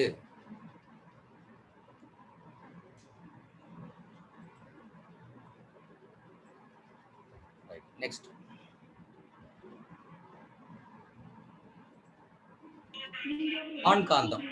வான்காந்தம் ஜீவகாந்தம். ஜீவனுக்குள்ள இயங்குனா அதுக்கு பேரு வந்து ஜீவகாந்தம். அதே காந்தம் தான். ஒரே காந்தம் என்பது 2 ஒன்று தான். ஆனால் ஜீவன்களிலே இயங்கினால் அதற்கு ஜீவகாந்தம் என்றும் பேரு. பிரபஞ்சத்திலே இயங்கினால் அதற்கு பேர் வான்காந்தம் என்று பேர். சுத்தவெளி முழுவதும் இறை துகள்கள். சுத்தவெளினா அப்படின்னா இறைநிலை இருக்கக்கூடிய இறைநிலையை தான் நம்ம சுத்தவெளின்னு சொல்றோம். ஸோ சுத்தவெளி முழுவதும் இறை துகள்கள் நிறைந்திருக்கின்றன. ஸோ விண் இறை துகள்களை வெளியேற்றி காந்தத்தை உருவாக்கும் மையங்களாக இருக்கின்றது. ஸோ அப்படி அந்த விண்ணில இருந்து இறை துகள்கள் வெளியேறுகின்ற பொழுது தொடர்ச்சியா காந்தம் வெளியேறுது. இப்ப நீங்க ஒரு படம் பார்த்தீங்கல்ல, அதுல பார்த்தா நிறைய இறை துகள் ஃபுல்லா கம்ப்ளீட்டா இருந்துச்சு பார்த்தீங்களா, காந்தமா இருந்துச்சு பார்த்தீங்களா. இது வான்வெளியில், அதாவது பிரபஞ்ச களவெளியிலே அது இருப்பதனால, அதாவது வான் காந்தத்திலே இருப்பதனால் அதுக்கு பேர் வான்காந்தம் என்று பேர். வான்வெளியிலே இருப்பதனால் அதுக்கு வான்காந்தம் என்று பேர். அதே காந்தம், அதே விண் துகள்களுடைய கூட்டு தான் மனிதன். உயிர் என்னது? விண்களுடைய தொகுப்பு தான் நம்ம உயிரா இயங்கிக்கிட்டு இருக்கு நம்மளுக்கு. அப்ப அதுல வெளிவரக்கூடிய காந்தம் என்ன அப்படின்னு பார்த்தோம்னா அதுக்கு பேர் ஜீவ காந்தம். ஜீவன்ல இயங்குறதுனால அது காந்தம். 2 காந்தமும் வேறுபட்ட காந்தம் கிடையாது, ஒரே தன்மை தான். ஸோ அப்போ கொஸ்டின் கேட்டாங்கன்னா வான்காந்தம்னா என்ன, ஜீவகாந்தம்னா என்ன அப்படின்னு நம்ம ஆன்சர் பண்ணணும். எப்போதும் காந்த அலைகளை உருவாக்கி பரவ விட்டு கொண்டிருக்கின்ற இந்நிகழ்ச்சி வானில் நடப்பதால் வானத்தில் நடக்கிறதுனால இதனை வான்காந்தம் என்று சொல்கின்றோம். இந்த அலைக்கு 5 விதமான, இது முக்கியமா 5 மார்க் கொஸ்டின்ல இந்த கொஸ்டின் கேட்பாங்கப்பா. ஐவகை அலை இயக்கங்கள். அலை இயக்கத்திற்கு 5 வகையான இயக்கங்கள் இருக்கின்றது. அது என்ன அப்படின்னா மோதுதல், பிரதிபலித்தல், சிதறுதல், ஊடாடுதல், இரண்டிடையே ஓடி கொண்டிருத்தல். 2க்கு இடையிலே அந்த ஊடாடின பிறகு 2க்கு இடையே ஓடிக்கொண்டிருத்தல். அப்படின்னா இப்ப ஒரு இடத்துல இருந்து ஒரு அலை உருவாகும் போது நான் பேசுறேன் அப்படின்னா அந்த அலை என்ன ஆகும் அப்படின்னா ஒரு குறிப்பிட்ட தூரம் வரைக்கும் போகும். அந்த ஒரு குறிப்பிட்ட தூரத்துல ஏதாவது ஒரு தடை வருது அப்படின்னா அதுல இருந்து என்ன ஆகும் அப்படின்னா ரிஃப்ளெக்ஷன் ஆகும். சரியா? அதுல போய் முதல்ல அந்த எந்த பொருள்ல போய் மோதுதோ அதுல பிரதிபலிக்கும். ஃபர்ஸ்ட் என்கிட்ட இருந்து என்ன தன்மை வந்துச்சோ அந்த தன்மை எந்த பொருள்ல போய் பொருள்ல போய் மோதுதோ அந்த மோதுன பொருள்ல என்னுடைய தன்மையை அந்த பொருளுடைய தன்மையை அங்க மாற்றம் பெற்று அங்க பிரதிபலித்தல். அப்படி அங்க உள்ள போய் பிரதிபலித்த உடனே அது உடனே என்ன பண்ணுது அப்படின்னா சிதறுது. அப்படி சிதறுன பிறகு அதற்கு அந்த சிதறுன அந்த துகள்களுக்கு இடையிலே அது ஊடாடுதல் அப்படின்றது என்ன அப்படின்னா 2க்கும் இடையே அதாவது ஓடிக்கொண்டிருக்கின்ற அந்த நிகழ்ச்சி நடந்துகிட்டு இருக்கு. ஸோ இதைத்தான் ஐவகை அலை இயக்கங்கள் என்று சொல்கின்றார்கள். இது உங்களுக்கு 5 மார்க் கொஸ்டின்ஸ்ல கேட்பாங்க. நெக்ஸ்ட், அலைகள் ஓடுவதும் இல்லை, நிலைப்பதும் இல்லை. நீங்க ட்ரெயின்ல போகும்போது பாத்தீங்கன்னா நம்மளோட மரங்கள்லாம் ஓடியார மாதிரி தெரியும். பஸ்ல போகும்போது நம்மளோட மரங்கள்லாம் ஓடியார மாதிரி தெரியும். சின்ன பிள்ளைல பார்த்தா அது உண்மையிலே ஓடியாரதா ஓடல, அதெல்லாம் அங்கேயே நிக்குது. அது மாதிரி இந்த பிரபஞ்ச வெளியில எல்லாமே அங்கங்க அப்படி அப்படியே துகள்கள்ல இருந்து துகள்களுக்கு தான் அந்த ஆற்றல் அலை மாறிக்கிட்டே போகுது தவிர நம்ம பார்ப்பதற்கு ஒரு நிகழ்ச்சியாக தெரியும். உண்மையிலே ஒரு நிகழ்ச்சி கிடையாது. அலைகள் ஓடுவதும் இல்லை, நிலைப்பதும் இல்லை. பஞ்ச தன்மாத்திரைகளும் மனமும் ஓரிடத்திலிருந்து மற்றொரு இடத்திற்கு ஓடுவதில்லை. அனைத்தும் இறைநிலையிலே நடந்து கொண்டிருப்பதனால் ஒவ்வொரு துகளும் அதன் தன்மையை மற்றொன்றுக்கு பிரதிபலித்து விட்டு அது அழிந்து விடுகின்றது. இப்ப இந்த இடத்துல ஒரு துகள், இந்த இடத்துல ஒரு துகள், இந்த இடத்துல ஒரு துகள் வரிசையா இருக்குது. இந்த துகள் இங்க இருந்து இங்க ஓடாது. இந்த துகள் என்ன பண்ணும், இதுக்கு பக்கத்துல இருக்க துகளுக்கு இதை கொடுத்துட்டு பிரதிபலிச்சுட்டு இந்த தன்மையை கொடுத்துரும். இந்த தன்மை இந்த துகள் எடுத்து பக்கத்துல பிரதிபலிக்கும். இந்த துகள் பக்கத்துல தன்மைக்கு பிரதிபலிக்கும். இப்படி ஒண்ணுக்கு அப்படியே கடத்தி இங்க வரும்போது இதுல இருந்து என்ன புறப்பட்டுச்சோ அந்த தன்மை இதே பொருள்ல இருக்கும். அதனாலதான் வாழ்த்து மலையில இந்த அலை இயக்க தியரியை புரிஞ்சுக்கிட்டவங்க நம்ம யாரை வாழ்த்த நினைக்கிறோமோ அவங்கள உண்மையிலே மன அமைதியா நின்று வாழ்த்தணும் அப்படின்னா அவங்களுக்கு உண்மையிலே உங்களுடைய வாழ்த்தலே உங்களுக்கு போகும். அது அலை இயக்க தியரி, அது உண்மை. நம்ம சரியா வாழ்த்தல, அப்ப வாழ்த்துக்கு பயன் இல்லைன்னு நம்ம நினைக்க கூடாது. நம்ம அந்த நிலைக்கு போய் வாழ்த்தல, அவ்வளவுதான். அதனால நுனியி போய் வாழ்த்தணும் அப்படின்றதா அதுல முக்கியமான விஷயம். Okay, right. அப்ப எப்படி இது ஓடுறதுல தன்மைகளை மட்டும் அடுத்தடுத்த துகளுக்கு கடத்தி விடுகின்றன. அலைகள் ஓடுவதும் இல்லை. அலைகள் எங்கு பாய்கின்றனவோ அங்கெல்லாம் எந்தெந்த பொருட்களை தாக்குகின்றனவோ அவற்றிலெல்லாம் தங்கள் தன்மைகளை ஊட்டி கொண்டிருக்கின்றன. நல்லா தெரிஞ்சுங்க, எந்த இடத்துல இருந்து ஒரு அலை புறப்பட்டு இப்போ ஒரு அம்மா ஒரு தன்னுடைய குழந்தைய வாழ்த்துறாங்க அப்படின்னா அந்த அம்மாட்ட இருந்து வரக்கூடிய அந்த வாழ்த்து அலை அவங்க எங்க வேணாலும் இருக்கட்டும், அம்மா இந்தியால இருக்கட்டும், அவங்க குழந்தை அமெரிக்கால இருக்கட்டும், நினைத்த மாத்திரத்துல அம்மாவோட அப்பா அவங்களோட இணைஞ்சிருவோம். ஏன்னா ஒவ்வொருத்தவங்களும் இறையோடு இணைஞ்சுதான் இருக்கிறோம். ஆனா அம்மா அப்பா அப்படின்னு வரும்போது அவங்களுக்கு ரத்த உறவு இருக்குனால ரொம்ப குயிக்கா இணைவோம். ரத்த சொந்தத்துல நீங்க வாழ்த்து கொடுத்தீங்க அப்படின்னா வேகமா போகும் வாழ்த்து. ஏன்னா அவங்களுடைய அந்த கருமையம் ஒன்றுக்கு ஒன்று இடையில ஒன்றோடு தொடர்பு இருக்கும். இந்த உலகத்தில் இருக்கக்கூடிய அத்தனை விதமான உயிரினங்களுடைய கருமையங்களும் ஒன்றாகத்தான் இணைக்கப்பட்டிருக்கின்றன. ஆனால் அதுல ரொம்ப வலுப்பெற்ற அந்த இது எங்க இருக்கும் அப்படின்னா, அப்பா அம்மா உறவுகளுக்கு கூட உடன் பிறந்த உறவினர்களுக்கும் உறவுகளுக்கும் அந்த உணர்வு இருக்கும். நினைச்ச மாத்திரத்துல அவங்களோட இணைய முடியும். அப்படி கொடுக்கும்போது ஒரு பொருள்ல இருந்து வரக்கூடிய வாழ்த்து அந்த பொருளுக்குள்ள போய் அந்த பொருளினுடைய தன்மை, இந்த வாழ்த்து மட்டுமே இங்க ரிஃப்ளெக்ட் ஆகாது. இந்த வாழ்த்து பிளஸ் அந்த தன்மை அங்க அந்த பொருள்ல என்ன இருக்கு, ரெண்டும் சேர்ந்துதான் பிரதிபலிக்கும். இந்த ஒரு தன்மை வராது. ஒருத்தர் உண்மையிலே நம்மளை வாழ்த்துல சும்மா ஏதோ வாழ்த்திக்கிட்டு இருக்காரு அப்படின்ற மாதிரி தெரியுது அப்படின்னு வச்சுங்களேன். அவருடைய அலை நம்மளுடைய அலையில வரும்போது ரெண்டும் சேர்ந்துதான் தாக்கம் வரும். அதைத்தான் இங்க கொடுத்துருக்கு. அவற்றெல்லாம் தங்களை தன்மைகளை ஊட்டிக்கொண்டே இருக்கின்றன. சரியா? விளக்கு மாற்றல், அது ஏற்கனவே நான் சொல்லிட்டேன். விளக்கு மாற்றல் அப்படின்றது சுத்தவெளியினுடைய தண்ணீருக்கு சூழ்ந்தழுத்தும் ஆற்றலால் இறை துகள்கள் தற்சுழற்சி பெறுவதோடு அதற்கு விளக்கு மாற்றலும் உண்டாகின்றது. அந்த சுத்தவெளியில் உள்ள இருக்கக்கூடிய அழுத்த ஆற்றலை, அதாவது எதிர்ப்பு ஆற்றல், எது வெளியில வருதோ, ஒரு பொருள் சுற்றிக்கிட்டே இருக்கும்போது எந்த ஆற்றல் வெளியில வருதோ அந்த ஆற்றலுக்கு பேர் என்ன அப்படின்னு பார்த்தோம்னா மைய விலக்கு விசைன்னு சொல்லுவாங்க. மைய விலக்கு விசை, அதாவது சென்ட்ரிஃபியூகல் போர்ட்டல் அண்ட் சென்ட்ரிஃபியூகல் போர்ஸ்ன்னு சொல்றாங்க. மைய விலக்கு விசை, மையத்தை நோக்கி வர்ற விசை இருக்கு பத்தியா, அதுக்கு பேர் மைய நோக்கு விசைன்னு சொல்லுவாங்க. ஸோ அது ஈர்ப்பு ஆற்றல். வெளியில போகக்கூடிய ஆற்றல் எதிர்ப்பு ஆற்றல், அதுக்கு பேர் வெளியில. ஈர்ப்பு ஆற்றல்ன்றது உள்ள வர்றது, செல்ஃப் கம்ப்ரசிவ், அதாவது உள்ள வரக்கூடிய ஆற்றல். வெளியில அதாவது அட்ராக்டிவ் ஃபோர்ஸ், ரிஃப்ளெக்டிவ் ஃபோர்ஸ்ன்றது வெளியில போறது. ஸோ அதைத்தான் இங்க விளக்கு மாற்றல் அப்படின்னு சொல்றாங்க. இப்ப 4 வகையான விண்கள்ல பார்த்தோம் அப்படின்னா, விண்கள் இப்ப விண்களுக்குல இருந்து நம்ம அடுத்த ஸ்டெப்புக்கு வந்துட்டோம். விண்கள்லயே 4 வகையான விண்கள் இருக்கா. ஒன்னு electron, proton, neutron, then black holes என்று சொல்லக்கூடிய கருந்துளைகள். இப்ப பாருங்க, இது எல்லாத்துக்குமே என்ன வித்தியாசம் பாருங்களேன். இப்ப எக்ஸாம்பிள் பாருங்க, எலக்ட்ரானுடைய எடை எவ்வளவு? 9 × 10⁻28 கிராம்ஸ். அதனுடைய தற்சுழற்சி வேகம் கிட்டத்தட்ட 90,000 செகண்ட்ஸுக்கு அதனுடைய தற்சுழற்சி வேகம் எவ்வளவு இருக்கான்? கிட்டத்தட்ட 90,000 தற்சுழற்சி வேகம் பெர் செகண்ட். நினைச்சு பாருங்க, நினைச்சு கூட பார்க்க முடியாது. அந்த வேகத்துக்கு அதனுடைய தற்சுழற்சி வேகம் இருக்கு. எவ்வளவு ஃபாஸ்ட்! புரோட்டான் பாருங்க, புரோட்டான் அப்படின்னு சொல்லும் போது 1836 மடங்கு எலக்ட்ரானை விட அதனுடைய எடை அதிகமா இருக்கு. அதுவே 9 × 10⁻28 அப்படின்னாவே அப்ப எவ்வளவு? அதுவே பெரிய அளவு. அதை விட பெரிய அளவு எத்தனை பாயிண்ட்? 1836 மடங்கு பெரியதா இருக்குன்னு சொல்றாங்க. அதனுடைய ஸ்பீடு எவ்வளவு ஸ்பீடு அப்படின்னு பார்த்தோம்னா, ஏன்னா இப்ப எடை கூடுறதுனால அப்ப ஆட்டோமேட்டிக்கா ஸ்பீடு குறையுது, தற்சுழற்சி வேகம் குறையுது. ஸோ 70,000 per seconds தற்சுழற்சி வேகம் கொடுக்கும். நெக்ஸ்ட் பார்த்தோம்னா நியூட்ரான் என்று சொல்லக்கூடியது. நியூட்ரான் புரோட்டானை விட அதிகம். புரோட்டான் இப்ப ஒன்னு பாரும்போது எது ஹையஸ்ட் அப்படின்னு அந்த சீக்வன்ஸ் வருது, ஹைராரிக்கல் ஆர்டர். ஸோ புரோட்டானை விட அதிகமா இருக்கிறது. ஸோ அதனுடைய இது கூடும்போது, அப்ப எடை கூடும்போது ஆட்டோமேட்டிக்கா அது பர் செகண்ட்ஸுக்கு 50,000 தற்சுழற்சி வேகத்துல அது சுழலுது அப்படின்றதான். ஸோ கருந்துளை என்று சொல்லக்கூடியதுக்கு எடை கிடையாது, ஆனால் சுழல் விரைவு அற்ற நிலை. ஏன்னா எடையே இல்லாதனால சுழல் விரைவு அற்ற நிலை. அங்க நோ, அந்த சுழற்சி இருக்காது கருந்துளை. ஓகே, ஸோ இதுதான் 4 வகை மூலகங்கள். அடுத்து விண்கள் வந்த பிறகு விண்கள் இருந்து மூலகம் வருது. ஒரே வகை அணுக்கள் கூட்டை மூலகம் என்று கூறுகின்றோம். ஒரே வகையான அணுக்கள், நான் சொன்னேன்ல, ஒரே குணாதிசயங்களை கொண்ட பக்கத்தில் இருக்கக்கூடிய அணுக்களை எல்லாம் ஒண்ணு சேர்த்துக்கிருச்சு அப்படின்னா அது பேர் மூலகம் சொல்றோம். இறை துகள்கள் இறைநிலையினுடைய நுண்பகுதி, விண் இறை துகளினுடைய கூட்டு இயக்கம். இதெல்லாம் நான் உங்களுக்கு தெளிவாவே முன்னாடி இருந்து சொல்லிக்கிட்டே வர்றேன், அதனால திரும்ப திரும்ப இதை சொல்ல வேண்டியதில்லை. ஸோ மூலகம் விண்களுடைய தொகுப்பு இயக்கமாக இருக்கின்றது. மூலகம்னு கேட்டாங்கன்னா என்ன அப்படின்னா அது விண்களுடைய தொகுப்பு இயக்கம். விண்ணுன்னு கேட்டா அது இறை துகளுடைய தொகுப்புன்னு சொல்றது விண்ணு. விண்களுடைய தொகுப்புக்கு பேர் என்னது? மூலகம். அவ்வளவுதான், வேற ஒண்ணு பெரிய ஆரிய வித்தியெல்லாம் கிடையாது. ஈஸியா பரிசுக்க வேண்டியது எக்ஸாம்க்கு கேட்கும்போது. ஸோ இப்ப பாருங்க, மூலகங்கள் எலமெண்ட்ஸ், இதை என்னன்னா பேராணு அப்படின்னு நம்ம சொல்றோம். பேராணுனா முதல்ல சொன்னது அணுக்கள். இப்ப அணுக்கள் ஒன்றுக்கு மேற்பட்ட அணுக்கள் இணைந்ததுனால அதுக்கு பேர் பேராணு அப்படின்னு சொல்றோம், வேற ஒண்ணு இல்லை.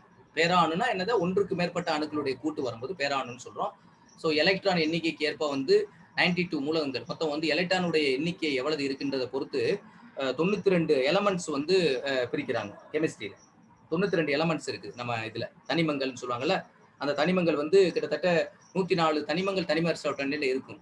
அதுல எலக்ட்ரான்களுடைய எண்ணிக்கையை வச்சு கிட்டத்தட்ட 92 மூலகங்களை அதுல பிரிக்கலாம். இப்ப பார்த்தோன்னா விண், காற்று, ஃபர்ஸ்ட் பூதம் எது? எல்லாத்துக்கும் மூலமான பூதம் விண்.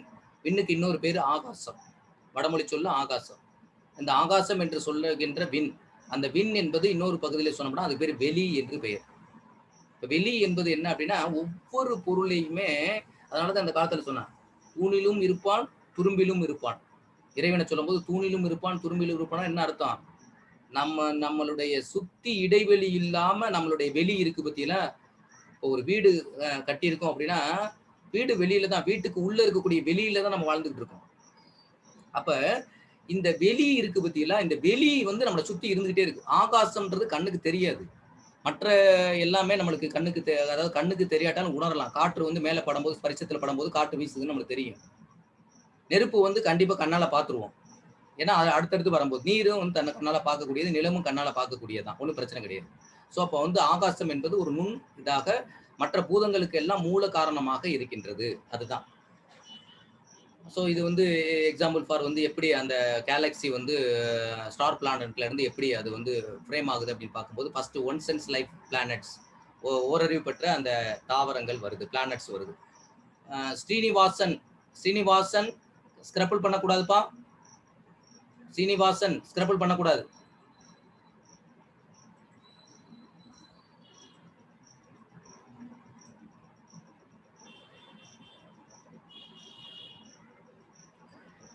இப்போ வந்து அதுக்கடுத்து ஒன் சென்ஸ் பிளானட்ல இருந்து 2 சென்ஸ் லைஃப் வார்ம், அதாவது புழுக்கள் புழுக்கள்லாம் இருக்கு பத்தியில. புழுக்கள் ஃபுல்லா வந்து எதுல வரும்? 2 சென்ஸ்ல வரும். தென் அடுத்து வந்து 3 சென்ஸ் லைஃப் இருக்கு பத்தியில. அது வந்து எது அப்படின்னு பார்த்தோன்னா இன்செக்ட், பூச்சிகள்லாம் இருக்கு பத்தியில. அதெல்லாம் வந்து 3 அறிவு பெற்ற உயிரினங்கள் வருது. அடுத்து 4 சென்ஸ்ல வந்து அதாவது பாம்பு, ஊறக்கூடிய விஷயங்கள் இருக்குது. அது ஃபுல்லா வந்து பாம்பு வகை இதெல்லாம் வந்து ஊறக்கூடிய உயிரினங்கள் ஃபுல்லா 4வது சென்ஸ்ல வரும். ஸோ 5th சென்ஸ் லைஃப்ல வந்து பேர்ட் அண்ட் அனிமல்ஸ், பறவைகள் மற்றும் விலங்குகள் ஃபுல்லா 5வது அறிவுக்கு வந்துடும். 6th சென்ஸ் லைஃப் வரும்போது ஹியூமன் பீயிங்ஸ் வரும், மனிதர்கள் வரும். ஸோ அதுல இருந்து development of consciousness. So development of கான்சியஸ்ல இருந்து பியூரிஃபிகேஷன். ஸோ பியூரிஃபிகேஷன்ல இருந்து ரியலைசேஷன். ஸோ ரிலைசேஷன்ல இருந்து அதுக்கு மேல போனோம் அப்சல்யூட் ஸ்பேஸ், எட்டர்னல் ஸ்பேஸ்ன்னு சொல்லுவாங்க. எட்டர்னல் ஸ்பேஸ் அப்படின்றது அப்சல்யூட் ஸ்பேஸ், அது வந்து வெளி. ஸோ அதுல இருந்து அந்த அந்த அப்சல்யூட் ஸ்பேஸ்ல இருந்து தான் இந்த இறை நிலை அண்ட் சொல்லக்கூடிய இறை வெளியில இருந்து தான் நம்மளுக்கு என்ன பண்ணுது அப்படின்னு பார்த்தா அந்த ஃபார்மேட்டிவ் டஸ்ட் பார்ட்டிகல்ஸ் உருவாகுது. ஸோ அந்த ஃபார்மேட்டிவ் டஸ்ட் பார்ட்டிகளுடைய அந்த தொகுப்புக்கு பேர் வந்து வேதான் அப்படின்னு சொல்றோம். அந்த வேதாத்திரி கண்டுபிடிச்சனால அது பேர் வேதான் பார்ட்டிகல்ஸ் நம்ம சொல்றோம். நெக்ஸ்ட் வந்து ஏர், அதுக்கடுத்து எலமெண்ட்ஸ்ல இருந்து அந்த மூலகங்கள்ல இருந்து air, heavy airs, liquid and solid. So இதெல்லாம் வருது. ஸோ இதுதான் வந்து கேலக்ஸி. இந்த கேலக்சின்னு சொல்றோம் பத்தியில, இந்த வால்வெளி மண்டலங்கள்லாம் இருக்கு பத்தியில, இது ஃபுல்லா அதுதான். ஸோ அதுக்கடுத்து ஸ்டார்ஸ், நம்ம பார்க்கக்கூடிய நட்சத்திரங்கள், நம்ம பார்க்கக்கூடிய பிளானட்ஸ், கோள்கள், நட்சத்திரங்கள், பால்வெளி மண்டலங்கள் எல்லாமே பார்த்தோம் அப்படின்னா இது எல்லாமே இதனுடைய இதுதான். அதான் இதனுடைய டோட்டலா வந்து உங்களுக்கு இதுல போட்டுருக்கு. சரியா? ஸோ கேலக்ஸி, ஸ்டார், தி பிளானட்ஸ். ஸோ இதுதான் நீங்க பார்க்கக்கூடிய இந்த ஹப்பிள் டீப் ஃபீல்டு அப்படின்னு சொல்லக்கூடிய இதுதான் வான்வெளியில நம்ம பார்க்கக்கூடிய விஷயங்கள். சரியா? ரொம்ப டெப்தா போகும்போது. ஓகே, நெக்ஸ்ட் பஞ்சபூதங்கள். அகைன் வந்து நம்மளுக்கு தெரியும், இதை பத்தி ஸ்லைட்ஸ் போடுவோம். ஸோ விண்ணுனா என்ன அப்படின்றது நம்மளுக்கு தெரியும், சொல்லியாச்சு. காற்றுல என்ன அப்படின்னா, காற்று வந்து விண்ணுக்கு அடுத்து வரக்கூடியது காற்று தான். ஸோ 2 விண்கள் கொண்ட மூலகமே ஹைட்ரஜன் அணு. காற்றுன்றது 2 விண்கள் கொண்ட மூலகமே ஹைட்ரஜன் அணு. ஹைட்ரஜனுக்கு வந்து எத்தனை விண்கள் இருக்குன்னா 2 விண்கள் இருக்கும். H2ன்னு போடுவோம். ஹைட்ரஜனுக்கு எத்தனை மூலக்கூறு போடுவோம்? H2 மூலக்கூறு வாய்ப்பாடு எழுதும் போது, இப்ப நீருக்கு மூலக்கூறு வாய்ப்பாடு எழுதும் போது H2O போடுவோம். ஸோ 2 ஹைட்ரஜன் மூலக்கூறு, 1 ஆக்சிஜன் மூலக்கூறுன்னு சொல்லுவோம். ஸோ இங்க ஹைட்ரஜன் மூலக்கூறுன்றது 2 மூலக்கூறு தான், அது இங்க சொல்றோம். ஸோ அதைத்தான் நம்ம காற்று என்று சொல்கின்றோம். ஸோ ஹைட்ரஜன், ஹீலியம், நைட்ரஜன் எல்லாமே காற்று தான். எடை குறைந்த அளவுல தான் இருக்கும் இந்த காற்று. நம்ம பார்க்க பத்தியில இந்த காற்றை வந்து நம்ம பார்க்கும் போதே தெரிஞ்சுக்கலாம். மரங்கள்லாம் அசைதுனா காற்று இருக்கு அப்படின்றது நம்மளுக்கு தெரியும். நம்மளுடைய ஸ்பரிசத்துல பரவும். நெருப்புன்றது அழுத்த காற்று. காற்று கொஞ்சம் இன்னும் நெருங்கி இணங்கிய போது அது என்ன ஆகுது அப்படின்னா வந்து அது 24 விண்கள் அதுல இருக்குது. எலக்ட்ரான்ஸ் அண்ட் புரோட்டான்ஸ் கூடிய தொகுப்பே ஆக்சிஜன் என்று ஆக்சிஜன், அதாவது நெருப்பு என்பதாகும். ஸோ இப்ப விண்களினுடைய எண்ணிக்கை கூடிச்சு பத்தியெல்லாம், அப்ப இந்த நெருங்கி இயங்குறதுனால அது நம்மளுக்கு வந்து அழுத்த காற்றா இயங்குது. இது வந்து எரியும் தன்மை உடையது. ஸோ ஃபிளேமபிள், இது சரியா, ஃபிளேம் ஆகும். அதுதான் நெருப்புன்னு சொல்றோம்.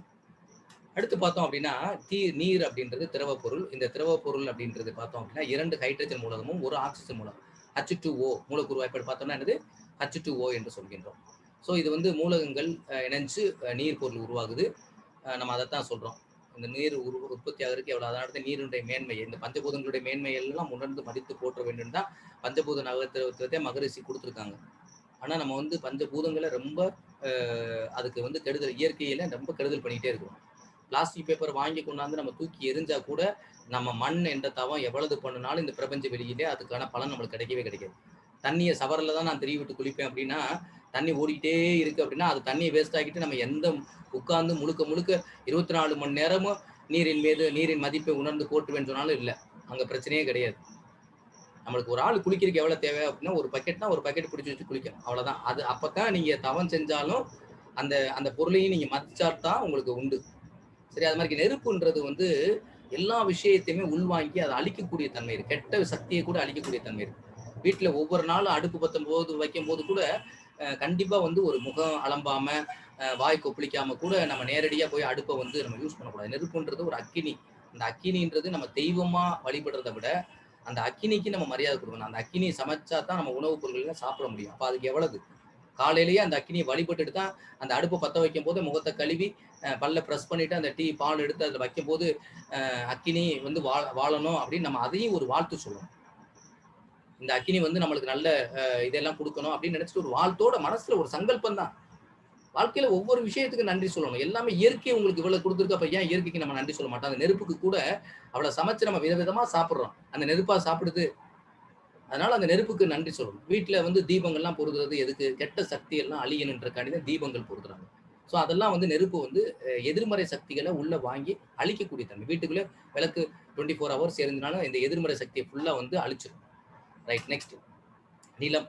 நிலம்ன்றது திடப்பொருள்ன்றது இதுதான் வந்து கடைசியா கெட்டியான பொருள்ன்றது. நீர் மூலகங்கள் நெருங்கி அது இயங்குகின்ற பொழுது அதுவே வந்து இப்ப நீர் வந்து பனிக்கட்டியா மாறுது தெரியுமா? நீரை கொண்டு பிரிட்ஜில் வச்சுட்டோம், பனிக்கட்டியா மாறுதா? ஸோ அது நெருங்கி இயங்குகின்ற பொழுது அது மண் என்ற மூலமாக மாறுகின்றது.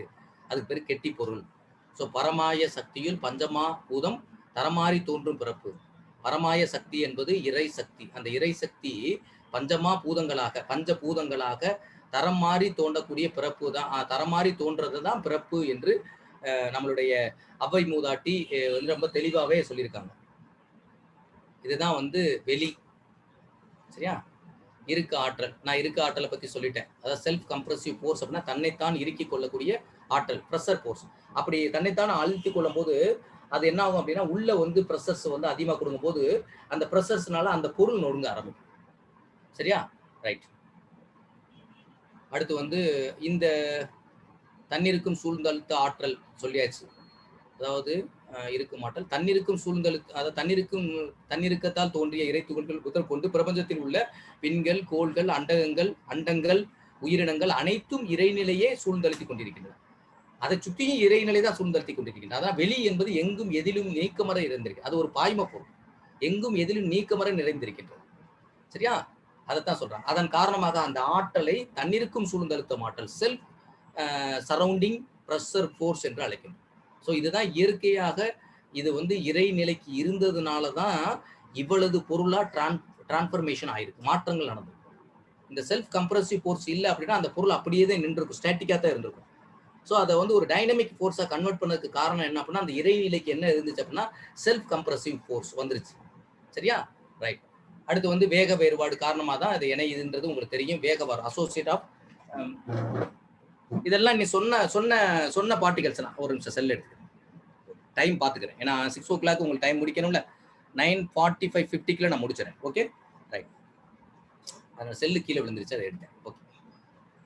ஸோ வேக வேறுபாடு பிரபஞ்சம் என்பது விளக்கு மாற்றல், அதன் வேறுபாடுகள் தவிர வேறு ஒன்றும் இல்லை. வேக வேறுபாடு தான் ஒன்னே இணைச்சுக்கிட்டு அதை இயங்கிக்கிட்டு இருக்கே தவிர the whole universe is nothing but repulsive force and its fluctuation. fluctuationனா என்னது? வேறுபாடுகள். fluctuation ஆகும் சொல்ற, கரண்ட் fluctuate ஆகும் சொல்றோம்ல, அதுக்கு பேர் வந்து வேறுபாடுகள் என்று பெயர். சரியா? ரைட். நெக்ஸ்ட் வந்து தோற்ற பொருட்கள் அப்படின்றது அனைத்து பிரபஞ்சத்துல அனைத்து தோற்ற பொருட்களுமே என்ன அப்படின்னு பார்த்தோன்னா பஞ்சபூதங்களுடைய கூட்டு தான். அப்படி இல்லைன்னா அது மூலகங்களினுடைய கூட்டுன்னு சொல்லலாம். மூலகங்கள் என்னது? விண்களுடைய கூட்டு. விண்கள் என்ன? இறை துகளுடைய கூட்டு. அவ்வளவுதான், வேற ஒண்ணுமே கிடையாது. இறை துகள் என்னது? இறைநிலையிலிருந்து வந்த ஒரு பகுதி பொருள், ஒரு நுண்பொருள். இறைநிலையினுடைய ஒரு நுண்பொருளுக்கு பேர் வந்து இறை துகள் அப்படின்றது. சரியா? ரைட். அடுத்து விஞ்ஞானம் நிறைவு பெறுகிறது. 4 விதமான தாக்கங்கள், ஒரு பொருளுக்கும் மற்றொரு பொருளுக்கும் இடையே ஏற்படும் உறவும் தாக்கம். ஒரு பொருள்ல இருந்து ஒரு விஷயம் கிளம்புது அப்படின்னா, இப்ப எக்ஸாம்பிள் பார் வந்து ஒரு கதவை திறந்தோம் அப்படின்னா அந்த ஆற்றல் வந்து இன்னொரு இடத்துல இருந்து நம்மளுக்கு வந்து சவுண்டு எழுப்பும். ஸோ அது மாதிரி இப்போ உட்காந்துருக்கோம் எந்திரிக்கிறோம் அப்படின்னா அந்த டேபிள்ல இருந்து ஒரு சவுண்டு வருது பத்தியில, அந்த சேர்ல இருந்து ஒரு சவுண்டு வருது பத்தியில, அது என்ன அப்படின்னா அந்த ஒரு ஃபோர்ஸ் இன்னொரு ஃபோர்ஸ் அந்த சவுண்டை கிரியேட் பண்ணுது, வேற ஒன்றும் கிடையாது. ஸோ பொருள் வந்து வெளி மீது ஏற்படுத்தும் தாக்கம். பொருள் வந்து வெளி மீது ஒரு பொருள் வந்து இயங்குகின்ற பொழுது அந்த வெளி மீது எப்படின்னா எல்லா இடத்துலயுமே வெளி இருக்கிறது. வெளி வந்து எல்லா இடத்துலயும் உங்க முன்னாடி இருக்கு, பின்னாடி இருக்கு, கம்ப்யூட்டருக்கு இடையில இருக்கு, உங்களுக்கு இடையில இருக்கு, எல்லாத்துக்கும் இடையில வெளி இருக்கு. அப்ப இந்த இடத்துல ஒரு பொருள் ஏதாவது இயக்கம் பெற்றுக்கிட்டு இருக்கு அப்படின்னா அந்த இயக்கத்துக்கு ஏத்தாப்புல அந்த வெளியினுடைய மாற்றமும் மாறி மாறி உள்ள வரும். ஸோ அப்போ வந்து பொருள் வெளி மீதும் மாற்றத்தை ஏற்படுத்துது. அடுத்து வெளி பொருள் மீது ஏற்படுத்தும். வெளி வந்து அழுத்திக்கிட்டு இருக்கு பொருளை. இப்ப இந்த வெளி இல்லை அப்படின்னா எல்லா பொருளும் கீழே விழுந்து. எந்த பொருள் இருக்கு, இப்ப டேபிள் இருக்கு, டேபிள்ல இந்த புத்தகம் ஃபுல்லா டேபிள் மேல இப்படி அடுக்கி வச்சிருக்கோம். இது வந்து இது வச்சிருக்கோம். இப்ப இதே டேபிள்ல என்ன பண்ணிருக்கோம், கம்ப்யூட்டர் மேல வச்சிருக்கோம். எதா இருந்தாலும் ஏதாவது ஒண்ணு தாங்கிக்கிட்டு இருக்கணும். தாங்கிட்டு இருக்காம வைக்க முடியாது. ஒரு பூச்செடி வைக்க போறோம்னா அந்த பூச்செடியை தாங்கி இருக்கிறதுக்கு ஏதாவது ஒரு இடம் இருக்கணும், பூச்சட்டி இருக்கணும். அது மாதிரி வந்து ஒண்ணு அப்புறம் வெளி தன் மீது, அதாவது வெளி தன் மீதே தனக்கு ஏற்படுத்தக்கூடிய தாக்கம் இருக்கிறது. ஸோ இதெல்லாம் வந்து இறைநிலையினுடைய தன்மாற்ற வரலாறு. விஞ்ஞானத்தையும் மெஞ்ஞானத்தையும் இணைக்கக்கூடியதாக இது இருக்கின்றது. இந்த இடத்துல இந்த மூன்றுமே இந்த 4 விஷயத்தை நீங்க கம்பேர் பண்ணும்போது ஆட்டோமேட்டிக்கா என்ன ஆகுது, எப்படி வெளி வந்து நம்மளுடைய பிரபஞ்ச பொருட்கள் எல்லாம் எப்படி மாற்றத்தை ஏற்படுத்துது, வெளி மீது இந்த பொருட்கள் எப்படி மாற்றத்தை ஏற்படுத்துகின்ற என்ற உறவை சரியாக ஆராய்கின்ற பொழுது விஞ்ஞானமும் மெஞ்ஞானமும் இந்த இடத்திலே இணைப்பு பெறுகின்றது என்பதை உணர்ந்து கொள்ள முடியும் என்பதை நம்மளுடைய அருள்பெருமான் வேதாத்திரி மகரிஷி அவர்கள் நமக்கு தெளிவாகவே உணர்த்தி இருக்கின்றார்கள். அடுத்து வந்து வான்காந்தம் பார்த்தாச்சு. சரியா, நீங்க பார்க்கக்கூடியது இதுதான் வான்காந்தம். ஸோ காந்த அலை பார்த்தாச்சு. பஞ்ச தன்மாத்திரைகள். இப்ப இந்த பஞ்ச தன்மாத்திரைகள் அப்படின்றது என்ன அப்படின்னா, பஞ்சன்னா 5, தன்மாத்திரை அப்படின்னா தன் அளவிலே ஏற்படக்கூடிய மாற்றம். மாத்திரைன்னா அளவு. இப்ப இந்த அழுத்தம், ஒளி, சுவை, மனம் அப்படின்னு சொல்ற பார்த்தீங்களா, அழுத்தம், ஒளி, சுவை, மனம் என்பது இந்த பஞ்சபூதங்களுடைய தன்மாற்றம் தான் இந்த 5 தன்மாத்திரைகளாக மாறுகின்றது. இந்த தன்மாத்திரைகள் மாறினதுனால தான், இந்த தன்மாத்திரைகள் மூலமா தான் நம்ம எல்லாத்தையும் பார்க்க முடிகின்றது. நல்லா கவனிங்க. இந்த தன்மாத்திரை நடக்கல அப்படின்னா அழுத்தம் ஒளி மூலமாக, சத்தத்தின் மூலமாக நாம் உணர்கின்றோம். அழுத்தம் என்ற ஸ்பரிச உணர்வின் மூலமாக நாம் உணர்கின்றோம். ஒளி என்ற வெளிச்சம் மூலமாக நாம் பொருட்களை பார்க்கின்றோம். சுவை என்பது நீர் என்ற அந்த சுவை உணர்வை நாம் உணர்கின்றோம், அந்த சுவையை உணர்றோம். அடுத்த மனம். ஸோ நாக்கில் இருக்கக்கூடிய அந்த உணர்வு வந்து சுவை என்ற நிலையை நாம் தன்மாத்திரையாக மாற்றக்கூடியதாக. ஸோ இந்த அழுத்தம், ஒளி, சுவை, மனம் தான் பஞ்ச தன்மாத்திரைகளாக மாறுகின்றன. இரண்டினுடைய அடிப்படை தத்துவங்கள் வந்து காந்த தத்துவம். எந்த ஒன்றை அறிந்திரீர் இந்த உலகத்தில் உயிர் முதல் இறைவன் வரை அறிய முடியுமோ அந்த ஒன்றுதான் காந்தம். அதான் வேதாத்திரி மகரிஷி வந்து காந்த தத்துவத்தை வந்து ரொம்ப காந்த தத்துவம் அப்படின்ற அந்த புத்தகத்தை எடுத்து படிச்சீங்கன்னா தெரியும். மகரிஷி வந்து ஒரே இதுல வந்து அந்த காந்த தத்துவத்துக்கு நிறைய பாடல்கள் எழுதியிருப்பாங்க. அந்த பாடல்களை நீங்க படிக்க, இறைநிலையே தன்னிருக்க சூழ்ந்தெழுத்தும் மாற்றல் இதன் திணிவு மடிப்பு வில சுழலும்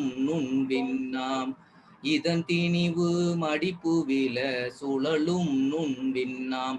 பிரபஞ்ச பாடலை படிக்கிற பார்த்தீங்கன்னா அந்த பிரமஞான பாடலை நீங்க படிக்கும்போது அந்த பிரமஞான பாடலை நீங்க படிச்சு பார்த்தீங்க அப்படின்னா இந்த இறைநிலை என்ற ஒன்று இந்த பரிணாம சரித்திரத்திலே இந்த இதெல்லாம் எப்படி மாற்றி வந்துச்சு அப்படின்ற அந்த தன்மாற்ற வரலாறை நம்மளால உணர்ந்து கொள்ள முடியும்.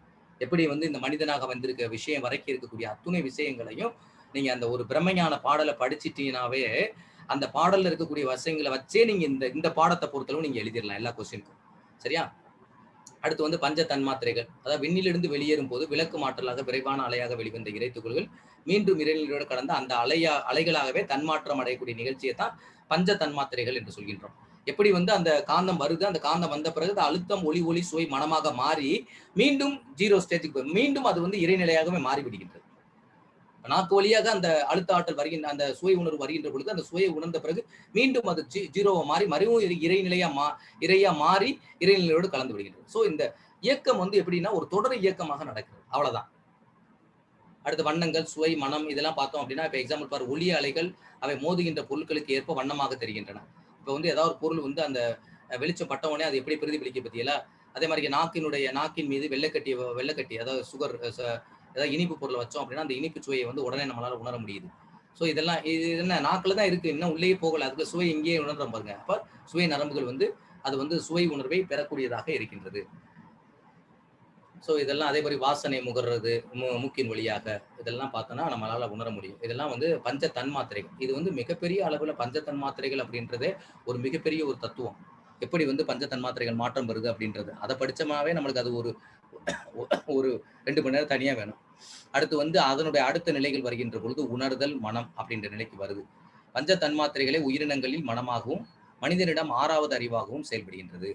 ஸோ வந்து அதாவது அழுத்தம், ஒளி, சுவை, மனம் என்று சொல்லக்கூடிய 3 சுழி நா போட்ட மனம் வந்து அந்த பொருள் அதோட அந்த அழுத்தம் அடுத்து வரக்கூடிய மனிதனுக்கு வருகின்ற பொழுது மனம் என்ற 6வது நிலையிலே அது உயிரினங்கள்ல வருது. அதாவது ஓரறிவுல இருந்து இந்த ஓரறிவுல இருந்து 5 அறிவு வரைக்கும் இருக்கக்கூடிய அதுக்கு மனம் இருக்கு. ஆனா அந்த மனம் வந்து செயல்படாம இருக்கு, அவ்வளவுதான். விலங்கினங்களுக்கு ஒரு சில விலங்கினங்களுக்கு கொஞ்சம் செயல்படும். நாய், பூனை இதெல்லாம் பார்த்தோன்னா வீட்டு விலங்குகள் எல்லாம் பாருங்க, அது வந்தவொடனே வீட்டுக்காரர் வந்தோடனே கரெக்டா அவருக்கு யார் உணவு கொடுப்பாங்களோ அவங்களை நோக்கி ஓடியாரு. அப்ப அதுக்கு அறிவு இல்லாம வரல இல்ல. இதுக்கெல்லாம் கொஞ்சம் அந்த வளர்ந்துருக்கு. அதாவது மனத்தினுடைய இயக்கம் வந்து எல்லா உயிரினங்களுக்கும் இருக்குது. ஆனா மனிதனுக்கு வந்து அந்த மனத்தை ஒரு விஷயம் நடக்கின்ற பொழுது அது இப்படித்தான் நடக்குன்றதை அதை முழுமையா புரிஞ்சு கொள்ளக்கூடிய ஆற்றல் வந்து மனிதனுக்கு மட்டும்தான் இருக்கு. அதனாலதான் அதுல வந்து பதிவு நடக்கிறது. பதிவு தொடர்ந்து அந்த பதிவுக்கு வந்து செயல் விளைவு அங்க இருக்கு. ஆனா விலங்கினங்கள்ல நடக்கக்கூடிய எந்த விஷயமும் அது ஒரு நிகழ்ச்சியாத்தான் இருக்குமே தவிர அன்னைக்கு உணவு சாப்பிடும் அது போய் அங்க போய் மனதுல பதிவாகாது.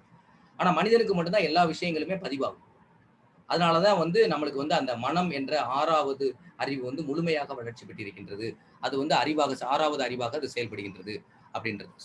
வானியல் அப்படின்றது எல்லாம் இந்த வானியல் இது ஆக்சுவலா உயிரிலி பொருள் தான் இது எல்லாமே.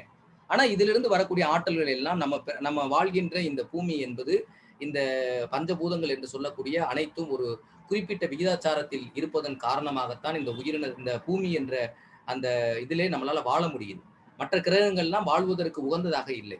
ஏனென்றால் இந்த பஞ்சபூதங்களுடைய தன்மை என்பது ஒவ்வொரு இடத்திலே அது சரியான விகிதாச்சாரத்திலே இல்லை. பூமியில் மட்டும்தான் அது இருக்கிறது.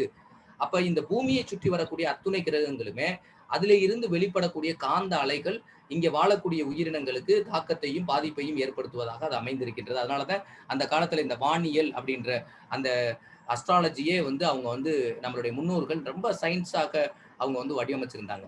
ஆனா இன்னைக்கு பார்த்தோம்னா அது வந்து உண்மையிலே நிறைய பேர் ஒரு நாள்ல டிப்ளமோ படிச்சுட்டு அவரெல்லாம் ஜோசியம் கணிச்சு சொல்லிட்டு இருக்காரு. அப்ப ஜோதிடம் என்பது உண்மைதான். ஆனா ஜோதிடத்தை கணிக்கக்கூடிய ஜோதிடர்கள் தான் பொய்யானவர்கள் என்பதை நீங்கள் புரிந்து கொள்ளுங்கள். ஏன்னா நம்மளுடைய முன்னோர்கள் அதாவது அறிவியல் ஒன்றை சொல்கின்றது இன்று, அந்த அறிவியல் சொல்கின்ற ஒரு விஷயம் நாளை மாற்றம் பெறுகின்றது. அதாவது வந்து ஃபர்ஸ்ட் நம்ம படிக்கும்போது கம்ப்யூட்டர்ல ஃபர்ஸ்ட் வந்து ஒரு கம்ப்யூட்டர்ல ஒரு சிஸ்டம் படிச்சோம். அடுத்து ஒரு சிஸ்டம் படிச்சோம். அப்படி மாறி இன்னைக்கு சூப்பர் கம்ப்யூட்டருக்கு வந்தாச்சு. P1, P2, P3, P4, P5. அப்ப ஒவ்வொரு நாளும் அதுல மாற்றம் வருது. அப்ப P1 அன்னைக்கு தப்பா போச்சா? கிடையாது. P1 விட அட்வான்ஸ் அன்னைக்கு வந்துருச்சு.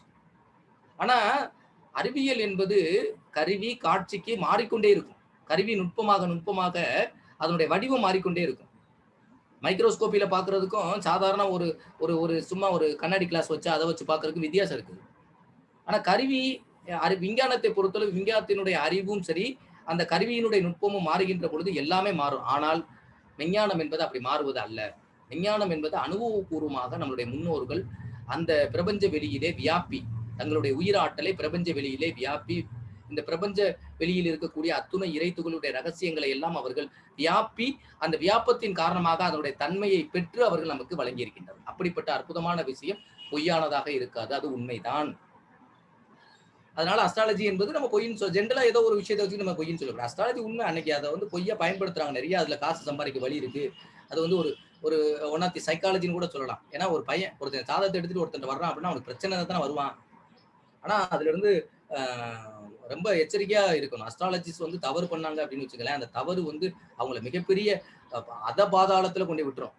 அதனால வந்து ஏன்னா ஒருத்தன் வந்து கஷ்டப்பட்டு வந்து அவனுக்கு நீ ஏதாவது தவறா சொல்லி அவன் உனக்கு காசு கொடுத்துட்டு போனா அப்படின்னா அந்த காசு உனக்கு உண்மையிலே லெவிக்காது. அதை நீ வாங்கி வச்சுக்கிட்டு அப்படின்னா அந்த காசு உனக்கு அழிவை கொடுக்குமே தவிர உனக்கு அது வளர்ச்சியை கொடுக்காது. அதுதான் உண்மை. அதனால வந்து ரொம்ப எச்சரிக்கையா அஸ்ட்ராலஜிஸ்ட் இருக்கணும். அடுத்து பார்த்தோன்னா பிரபஞ்சத்தில், அதாவது நில உலகை சுற்றிலும் அதற்கு அப்பாலும் பல வியத்தகு நிகழ்ச்சிகள் நடந்து கொண்டே இருக்கின்றன. அந்த நிகழ்ச்சிகளை தான் நம்ம வானியல் என்று சொல்கின்றோம். சரியா? வானியல் என்றால் என்ன அப்படின்னு கேட்டாங்கன்னா, இந்த நெக்ஸ்ட் வந்து பிரபஞ்ச தோற்றம் பற்றிய பிற கருத்துக்கள் பார்த்தோன்னா என்னென்னலாம் தத்துவங்கள் இருக்கு. இப்போ வந்து வானியல் பார்த்தாச்சு, அதுக்கு முன்னாடி பிரபஞ்சம் உங்களுக்கு என்ன பாடப்பொருளோ அதை பத்தி பார்த்துருக்கோம். இப்போ வந்து பிரபஞ்சத்தினுடைய தோற்றம் பற்றி நம்மளுடைய வந்து டிரான்ஸ்ஃபர்மேஷன் சொல்றோம் நம்ம. சரியா? ஒன்று மற்றொன்றாக மாறுகின்றது. அந்த மாறின பொருள் மீண்டும் தொடக்க பொருளாகவே மாறி விடுகிறது. சரியா? பிரபஞ்ச தோற்றம் பற்றி மற்ற கருத்துக்கள்லாம் பிக் பேங் தியரி அதெல்லாம் இருக்கு பத்தியெல்லாம். படைப்பு தத்துவம். படைப்பு தத்துவம்ன்றது வந்து இந்த உலகம் வந்து இறைவனால் படைக்கப்பட்டிருக்கிறது. ஆதாம் ஏவாள் தான் இந்த உலகத்தை படைச்சாங்க அப்படின்றது நம்ம சொல்றது. அது மாதிரி இறைவனால் படைக்கப்பட்டதுன்னு இந்துத்துவத்துல இந்துத்துவம் படைச்சாங்க. அல்லாஹ் தான் இந்த உலகத்தை படைச்சாரு அப்படின்றது அவங்களுடைய நம்பிக்கை. ஸோ இதெல்லாம் அவர்களுடைய நம்பிக்கை, அவ்வளவுதான், வேற ஒன்றும் கிடையாது. பிரபஞ்ச தோற்றங்கள் அத்துணையும் இறைவனால் படைக்கப்பட்டவை என்ற தத்துவம் தான் படைப்பு தத்துவம். இப்போ கொஸ்டின்ல பெரிய கொஸ்டின் உங்களுக்கு கேட்பாங்க, உலகத்தினுடைய படைப்பு தத்துவத்தை, அதாவது படைப்பு தத்துவத்தை பற்றி எழுதுக, இல்லைனா வந்து எந்த உலகம் எப்படி எல்லாம் தோன்றி இருக்கிறது அப்படின்ற தத்துவங்களை பற்றி எழுதுங்க அப்படின்றது. அதுக்கடுத்து வந்து படைப்பு தத்துவம், கிரியேஷன்ஸ். ஸோ பிரம்மா, இந்துக்கள் வந்து பிரம்மா தான் கிரியேஷன்ஸ் அப்படின்னு கிரியேட்டர் அப்படின்னு சொல்றாங்க. சரி, அவர் தான் படைச்சார் அப்படின்றது. இதே இது வந்து நான் இருந்த கிறிஸ்டிய ஆதாம் ஏவாள் தான் வந்தாங்க அப்படின்றது. அடுத்து அதுல பார்க்கும்போது வந்து அல்லாஹ் தான் படைச்சாரு அப்படின்றது. ஸோ அந்த மாதிரிக்கு வரக்கூடிய விஷயம். ஸோ நிலைபெற்று தத்துவம் அப்படின்றது ஆத்மாக்களையோ அவற்றின் உடல்களையோ உருவாக்கும் மாயையோ இறைவன் படைப்பதில்லை என்கிறது இத்தத்துவம். இந்த தத்துவம்லாம் என்ன சொல்லுதா? நிலைபெற்று தத்துவம். நிலைபெற்று தத்துவம்னா நெகட்டிவ் பாருங்க. நிலைபெற்று தத்துவம். ஆத்மாக்களையோ அவற்றினோட உடல்களை உருவாக்கும் மாயையோ இறைவன் படைப்பார். அந்த மாயையை வந்து இறைவன் படைக்கிறது இல்லை அப்படின்றது இந்த தத்துவம் ரொம்ப தெளிவாகவே சொல்லுது. மாயா தத்துவம்ன்றது அந்த மாயா அப்படின்ற வார்த்தை அதிலே இருக்கு. பிரபஞ்சமே ஒரு மாயைன்னு சொல்றது, அவ்வளவுதான். மாயை அப்படின்னு சொல்றோம்ல, மாயைனா என்ன, அது உண்மையா அப்படின்னு கிடையாது அப்படின்னு சொல்றாங்க. ஸோ அப்ப மாயா தத்துவத்துல மாயை அப்படின்ற வார்த்தையுமே இருக்கு. ஸோ இந்த பிரபஞ்சமே ஒரு மாயை, எப்பயோ அது வந்துச்சு அப்படின்ற மாதிரி அந்த தத்துவம் சொல்லுது. ஸோ பிரபஞ்ச தோற்றத்தையோ இயக்கத்தையோ இந்த தத்துவம் ஏற்றுக்கொள்வதில்லை. இப்பிரபஞ்ச தோற்றங்கள் அனைத்தும் மாயை என்றுதான் இந்த மாயா தத்துவம் சொல்கின்றது. நெக்ஸ்ட் பெருவெடிப்பு அப்படின்றது அது பாட்டுக்கு இயங்கிக்கிட்டு இருந்துச்சு, திடீர்னு வெடிச்சிச்சு, அதுல இருந்து அங்கங்கே சதறினதெல்லாம் அங்கங்க கோள்களா நட்சத்திரங்களா அது போய் உட்கார்ந்துருச்சு அப்படின்றது பெருவெடிப்பு கொள்கை, பிக் பேங் தியரி அப்படின்னு சொல்றாங்க. ஸோ வந்து இன்று பெரும்பாலான விஞ்ஞானிகளுடைய ஒப்புதலை பெற்று இந்த பெருவெடிப்பு கொள்கையை பொதுவாக நிறைய பேர் ஏற்றுக்கிறாங்க. இதன்படி 10 பில்லியன் வருடங்களுக்கு முன்பு இப்பிரபஞ்சத்தினுடைய பொருள் மேட்டர் என்று சொல்லக்கூடிய பொருள் அப்படின்றது மேட்டர். நம்ம பார்த்தோம்ல, இடம், பொருள், அடுத்த செயல், 3 பார்த்தோம் பத்தியெல்லாம் அதுதான். ஸோ மேட்டர் முழுவதும் மிக அடர்த்தி கூடியதாக ஒரு புள்ளியில் இருந்தது, ஒரு பர்டிகுலர் பாயிண்ட்ல இருக்கு. அந்த பாட்டில மேலும் மேலும் அழுத்தம் அதிகமாக திடீர்னு அது வெடிச்சு சிதறி அது வந்து இந்த உலகமாக தோன்றி இருக்கு அப்படின்னு சொல்றாங்க. ஸோ அது வெடித்து சிதறிய போதுதான் பிரபஞ்சம் இப்போது நாம் காணும் வடிவில் உருவாக தொடங்கியது. இப்பெருவெடிப்பை ஆங்கிலத்தில் வந்து பிக் பேங் தியரிஸ் அப்படின்னு சொல்றாங்க. காஸ்மிக் எக்ஸ்ப்ளோஷன் என்றும் அவர்கள் சொல்கின்றார்கள். நெக்ஸ்ட் பார்த்தோம் அப்படின்னா பெருவெடிப்பு தத்துவத்தை தான் இது சொல்றோம் நம்ம. ஓகே, அதை தான் நீங்க இப்ப பாக்குறீங்க பாருங்க, வெடிச்சு சிதறி அங்காங்கு வந்து துகள்கள் சிதறுது பாருங்க. ஓகே, பிற கருத்துக்கள் அப்படின்னு பார்த்தோன்னா பரிணாமம் என்றால் ஒன்றிலிருந்து மற்றொன்றாக பரிணமித்து வந்ததையும் குறிக்கிறது. பரிணாம தத்துவம் என்பது பிரபஞ்சத்தை பற்றி பிரித்து பார்க்கக்கூடிய தத்துவமாக இது அமைந்திருக்கின்றது. நான் ஏற்கனவே பரிணாம தத்துவத்தை பற்றி சொன்னேன் உங்களுக்கு ஆரம்பத்துல. பரிணாம தத்துவம் வந்து தன்மாற்ற சரித்திரம். சுத்த வெளியே அனைத்துமாக மாறி பரிணாம தத்துவத்தை வேதாத்ரி மகரிஷி அவர்கள் தன்மாற்ற சரித்திரம் என்று கூறுகின்றார்கள். அவர் வந்து தன்மாற்ற சரித்திரம் அப்படின்றது கூறுறாங்க அப்படின்னா ஒன்று மற்றொன்றாக மாறி டிரான்ஸ்ஃபர்மேஷன் அப்படின்றது ஒரே ஒன்று தான், அந்த ஒன்று தான் பலவாக டிரான்ஸ்ஃபர்மேஷன் ஆயிருக்கு, அதுதான் பலவாக மாற்றம் பெற்றிருக்கிறது அப்படின்றது தான் மகரிஷியினுடைய தன்மாற்ற சரித்திரம் அப்படின்ற விஷயத்துல டிரான்ஸ்ஃபர்மேஷன் அப்படின்னு சொல்றாங்க. ஸோ கோள்கள், நட்சத்திரம், அண்டம், பிரபஞ்சம் தோன்றிய விதம் எல்லாம் இயக்கம்லாம் பார்த்தோம் அப்படின்னு பார்த்தோன்னா ஒவ்வொரு கோள்களும் உருவாவதற்கு விண்களே அடிப்படை. அதே ஆரம்பத்திலே சொல்லும்போது விண், அந்த முதல்ல இறைநிலையிலிருந்து இறைத்துகளிலிருந்து விண்கள்ல மூலகம், மூலகங்கள்ல பஞ்சபூதங்கள் அப்படியே தோன்றி வந்திருக்கு. இதுதான் உயிர் பொருட்களுக்கும் சரி, உயிரிலி பொருட்களுக்கும் சரி, இதுதான் மூலமாக இருந்து செயல்படுகின்றது. அதைத்தான் அவங்க சொல்லியிருக்காங்க. ஸோ கோள்கள், நட்சத்திரம், அண்டம், பிரபஞ்சம் அதெல்லாம் பார்த்தோன்னா ஒவ்வொரு கோள்களும் உருவாவதற்கு காரணம் என்ன அப்படின்னா எல்லா கோள்களும் விண்களுடைய ஒரு கூட்டு இயக்கமாக இருக்கின்றது. தற்சூழல் விளைவு குறைந்த ஒரு விண்ணை விரைவு அதிகம் உள்ள மற்றொரு விண் சுற்றி வரும்போது அது ஹைட்ரஜன் என்ற நீரக அணு, இப்படி வந்து ஒவ்வொரு மூலகங்களும் அதனுடைய தன்மைக்கு ஏற்றால் போல் அது உற்பத்தி ஆகிறது, அவ்வளவுதான். ஸோ ஹைட்ரஜனினுடைய கூட்டம் அதிகமானால் இறைநிலையில் சூழ்ந்தழுத்தும் ஆற்றல் அவை ஒன்றாக கூடி உருண்டையாகி கோள வடிவில் விண்வெளியில் இயங்கிக் கொண்டிருக்கின்றன. இப்படித்தான் அது இணங்குது. ஸோ ஹைட்ரஜனோடு இன்னும் அணுக்கள் சேர சேர சேர சேர சேர அது தன்னுடைய சூழ்ந்தழுத்து ஆற்றலாம் அது வந்து ஒன்றிணைஞ்சு அதுக்குள்ள எல்லாமே என்ன இருக்கு, விண்களுக்குள்ள இறைத்துகள் இருக்கு, இறைகளுக்கு துகளுக்கு தற்சுழற்சி வேகம் இருக்கு. அப்ப அது சுழல்கின்ற பொழுது அந்த சுழல்கள் இருக்கக்கூடிய ஒவ்வொரு விண்ணும் சுழலும். ஒவ்வொரு விண்ணும் சுழலும் போது அந்த விண்கள் எல்லாம் சேர்ந்து ஒரு தொகுப்பாக இருக்கக்கூடிய அந்த கோள்களும் சுழலும். அவ்வளவுதான், வேற ஒண்ணும் இல்லை. கோள்களும் அப்படிதான் சுழந்து வந்துகிட்டு இருக்கு. சோ துல்லிய சமதள சீர்மை, ஸ்பெசிபிக் கிராவிட்டி. எந்த ஒரு பொருளும் சுழற்சி விரைவுடன் இயங்கினால், இந்த கொஸ்டின் 2 மார்க் கொஸ்டினை கேட்பாங்கப்பா. துல்லிய சமதள சீர்மை என்றால் என்ன? எந்த பொருளும் சுழற்சி விரைவுடன் இயங்கினால் விரைவு குறைந்த கனத்த விண்கள் மையம் நோக்கியும் லேசான விண்கள் விளிம்பை நோக்கியும் இயங்குகின்றன. இந்த இயக்கச் சீர்மையே துல்லிய சமதள சீர்மை என்று பெயர். நான் சொன்னல, அதாவது விண் என்பது அதனுடைய வேகம் குறைகின்ற பொழுது அந்த வேகத்திற்கு ஏற்ப அதுக்கு பக்கத்துல அருகாமையில் இருக்கக்கூடிய இன்னொரு விண்ணோடு சேர்ந்து பக்கத்துல இருந்துகிட்டு அதனுடைய இயக்கம், அதைத்தான் துல்லிய சமதள சீர்மைன்னு சொல்றாங்க. அந்த இடத்துல சொல்றாங்க பதிலா, எந்த ஒரு பொருளும் சுழற்சி விரைவுடன் இயங்கினால் அதுக்கு தற்சுழற்சி வேகம் இருந்துச்சு அப்படின்னா விரைவு குறைந்த கனத்த அணுக்கள் மையம் நோக்கியும், லேசான அணுக்கள் வந்து மையத்திலிருந்து வெளியில இருந்து ஒரு சுற்று கொஞ்சம் வெளியில நின்று இது மாதிரி ஒண்ணு அடுத்தடுத்து இருந்து இயங்கக்கூடியது பார்த்தீங்களா, தட் இஸ் கால்ட் அஸ் துல்லிய சமதள சீர்மை, ஸ்பெசிபிக் கிராவிட்டி என்று சொல்கின்றார்கள். நெபுலா. நெபுலா என்றால் என்ன கொஸ்டின் கேட்பாங்க. இறைநிலையினுடைய சூழ்ந்தழுத்தும் ஆற்றலால் நீரக மூலகங்கள்னா ஹைட்ரஜன் அணுக்கள் ஒன்றாக கூடி இணைகின்றன.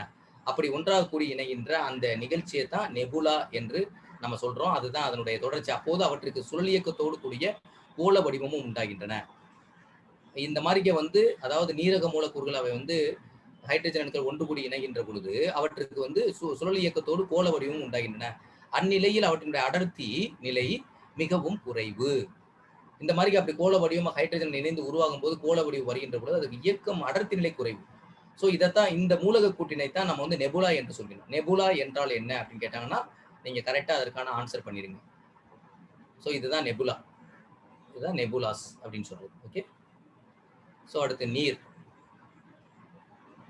நீரை பத்தி நம்ம எத்தனை மூலக்கூறுகள் இருக்கு என்னன்றதை நம்ம பார்த்துட்டோம். இதை H2O சொல்றோம். இது முன்னாடியே பார்த்துட்டோம். மண், உலோகங்கள், ரசாயனங்கள் இதெல்லாம் மண்ணில இருந்து உருவாகிறது. ஸோ மூலகங்கள், ரசாயனம். நட்சத்திரங்கள் அப்படின்றது அதிக வெப்பத்தையும் வெளிச்சத்தையும் தரக்கூடிய நெபுலாவின் அமைப்புகளைத்தான் நட்சத்திரங்கள். அப்ப நட்சத்திரம்ன்றது என்ன? அதாவது நெபுலா இருக்கு பார்த்தீங்கன்னா, அந்த நெபுலான்றது ஒரு கோள வடிவமாக ஹைட்ரஜன்கள் இணைந்து அந்த நீர் மூலக்கூறுகள் இணைகின்ற பொழுது அந்த ஹைட்ரஜன் அயன் வந்து கோள வடிவில் மாறுது. அது கொஞ்சம் வந்து வலிமை கம்மியா இருக்கும். அந்த இதைத்தான் நம்ம நெபுலான்னு சொல்றோம். அதுல வெளிச்சம் அதிகமா இருந்துச்சுன்னா, ஒளி அதிகமா இருக்கு, அதிக வெப்பம் அதுல இருக்கு அப்படின்னு கேட்டோம்னா அந்த நெபுலாவை தான் நம்ம வந்து என்ன சொல்றோம், நட்சத்திரங்கள் என்று சொல்கின்றோம். அப்ப நட்சத்திரங்கள் என்று சொன்னான்னா அதுக்கு ஆன்சர் வந்து நெபுலாவை வச்சுட்டு நீங்க ஆன்சரிங் பண்ணணும். தென் சூரியன். சூரியனை பத்தி வந்து உங்களுக்கு தெரியும். பல கோடி ஆண்டுகளுக்கு பிறகு வந்து நெருப்பு கோலமாகிவிடும். அது இது போன்ற நிலையை அடைந்த அண்டங்கள் தான் சூரியன் எனப்படுகின்றன. ஸோ இது வந்து சூரியன் அப்படின்ற விஷயம். அடுத்து விண்கற்களும் கோள்களும் அப்படின்னு சொல்லும்போது சீனிவாசன் கன்ஃபியூஸ் பண்ணக்கூடாது, ஸ்கிரபிள் பண்ணக்கூடாது. விண்கற்கள், கோள்கள்.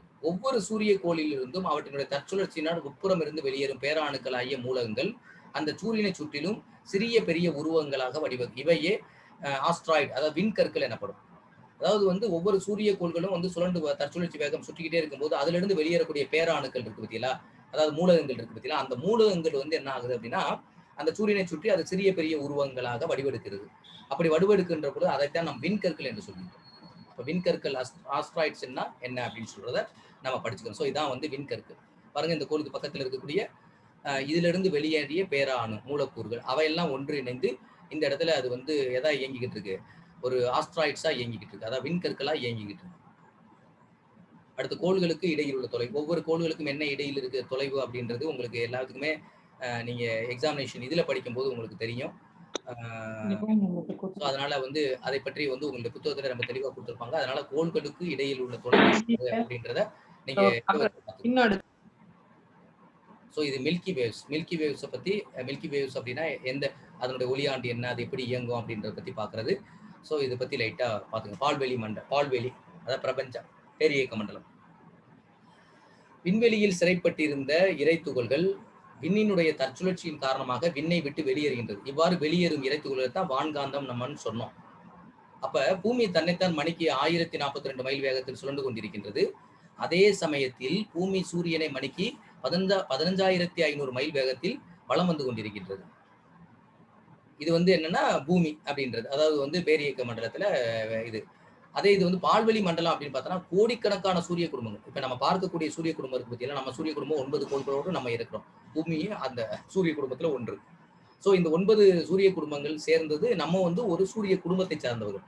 இது போன்று பல பல கோடிக்கணக்கான சூரிய குடும்பங்கள் இந்த பால்வெளி இந்த இந்த சேர்ந்ததை தான் அதை வந்து கேலக்சி அண்டம் என்று சொல்கின்றோம். அண்டம் என்பது வந்து நம்மை போன்று எத்தனையோ கோடான கோடி சூரிய குடும்பங்கள் இந்த பிரபஞ்ச வெளியிலே அந்த அளவுக்கு இந்த அண்டத்தினுடைய இயக்கம் இருக்கின்றது. அப்ப அண்டம் என்றால் கேலக்சி என்றால் என்ன அப்படின்னா, ஒன்றுக்கும் மேற்பட்ட சூரிய குடும்பங்களுடைய தொகுப்பு அப்படின்னு நீங்க எழுதினாலும் சரி, இல்லை கோடிக்கணக்கான சூரிய குடும்பங்கள் சேர்ந்த அந்த தொகுப்புக்கு பேர் அண்டம் என்று பேர் அப்படின்னு எழுதினா கூட உங்களுக்கு ஆன்சர் ரைட். அண்டம் என்பதை நட்சத்திர கூட்டம் அல்லது விண்மீன் திரள்கள் என்று அழைப்பர். இப்ப இதை வந்து அங்கிருந்து தொலைவில் இருந்து மேல இருந்து வான்வெளி மண்டலத்திலிருந்து நம்மளுடைய கேலக்சியை நம்மளுடைய பூமியை பார்க்கும்போது இது எப்படி தெரியும் அப்படின்னா, இந்த மாதிரி விண்மீன் திரள்கள் மாதிரி தான் தெரியும். நட்சத்திர கூட்டமா தான் தெரியும். அது அந்த பொருள்லாம் நம்மளுக்கு தெரிய மாட்டோம். நம்ம இங்க இருந்து மேல பார்க்கும்போது நட்சத்திர கூட்டம் தெரியுது பத்திலா, அது மாதிரி தான் வந்து ஒவ்வொரு பால்வெளியிலையும் இருக்கு கேலக்சியில இருக்கக்கூடிய அந்த அண்டங்கள் வந்து அப்படித்தான் தெரியும். அண்டம்ன்றது அப்படித்தான் தெரியும். சரியா? ரைட். தூரத்தையோ கிலோமீட்டர் என்று சொல்வதற்கு பதிலாக ஒளியாண்டுன்னு சொல்லுவாங்க. இப்ப வந்து நம்ம வந்து சாதாரணமா பூமியில சொல்லக்கூடிய விஷயங்கள் வந்து ஒளி என்ன சொல்லுவோம், இதே இது வந்து ஒரு கேலக்சியில ஒரு அண்டத்திலிருந்து இன்னொரு சூரிய குடும்பத்துக்கோ ஒரு கோள்ல இருந்து இன்னொரு கோளுக்கோ ஒரு விஷயம் வந்து சேரக்கூடிய அந்த நேரத்தை எப்படி கணிக்கிறாங்க அப்படின்னா ஒளியாண்டு என்று வானியல் வல்லுநர்கள் சொல்றாங்க. ஸோ அதாவது ஒரு ஒளியாண்டு என்பது ஒளி ஒரு ஆண்டில் செல்லும் தூரம். ஒளியாண்டுன்னா என்ன அப்படின்னா, ஒரு ஒளி வந்து ஒரு ஆண்டுல எவ்வளவு தூரம் செல்லக்கூடிய தூரம் இருக்கு பார்த்தீங்கன்னா, அதைத்தான் நம்ம ஒளியாண்டு அப்படின்னு சொல்றோம். ஸோ ஒளியாண்டு அப்படின்னு கேட்டாங்கன்னா நீங்க ஆன்சரிங் பண்ணுங்க. ஸோ ஒரு வினாடிக்கு அது வந்து 3 லட்சம் கிலோமீட்டர் வேகத்தில் ஒளி செல்கின்றது. ஓர் ஆண்டில் ஒளி கடக்கும் தொலைவான 9.5 இன்ட்டு 10^12 கிலோமீட்டர் தூரத்தை ஒரு ஒளியாண்டு என்பர். அப்போ ஒரு ஒளியாண்டுக்கான தூரம் என்னது, எவ்வளவு தூரம்?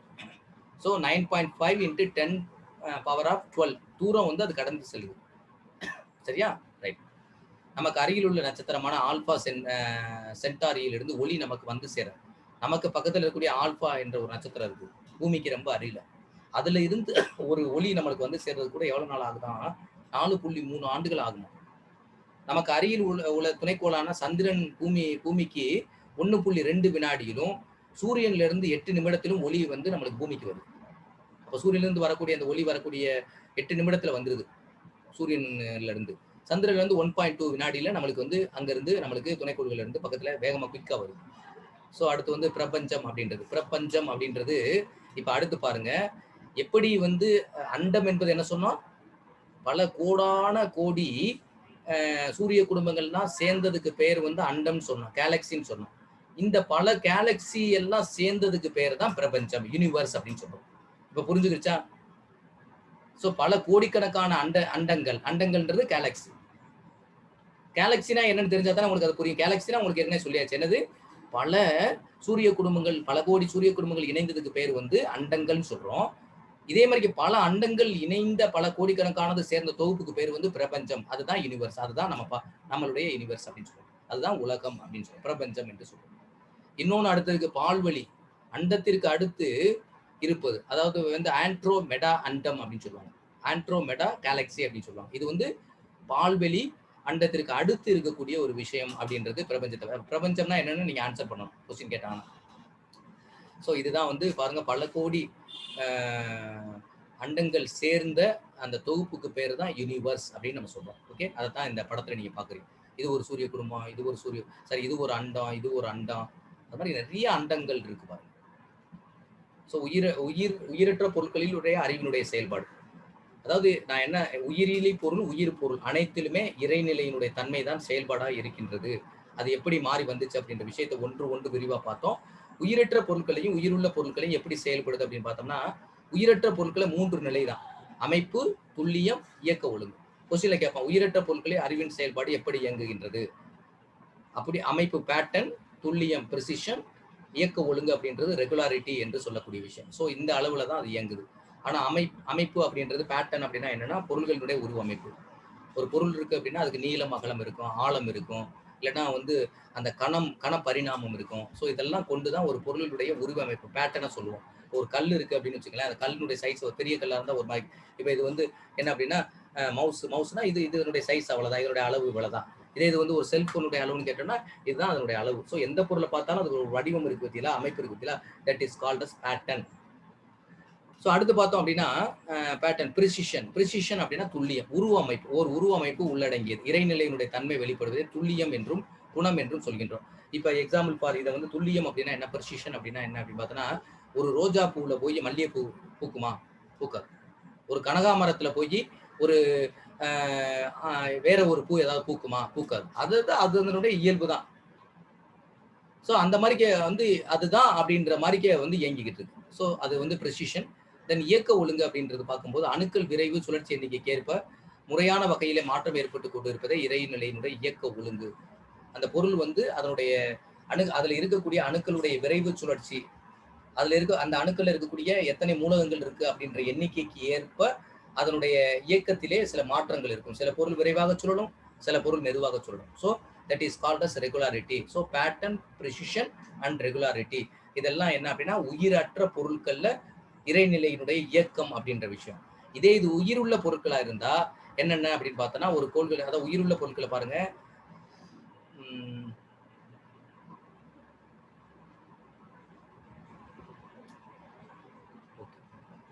அதை பத்தி உங்களுக்கு கொடுக்குறேன். உயிர் பொருள் அப்படின்றது காந்த அலைகள் மட்டும் தான் கொடுத்துருக்காங்க. ஸோ உயிரற்ற பொருட்கள் மட்டும். ஏன்னா வந்து நம்ம படிக்கிறது வந்து என்ன அப்படின்னா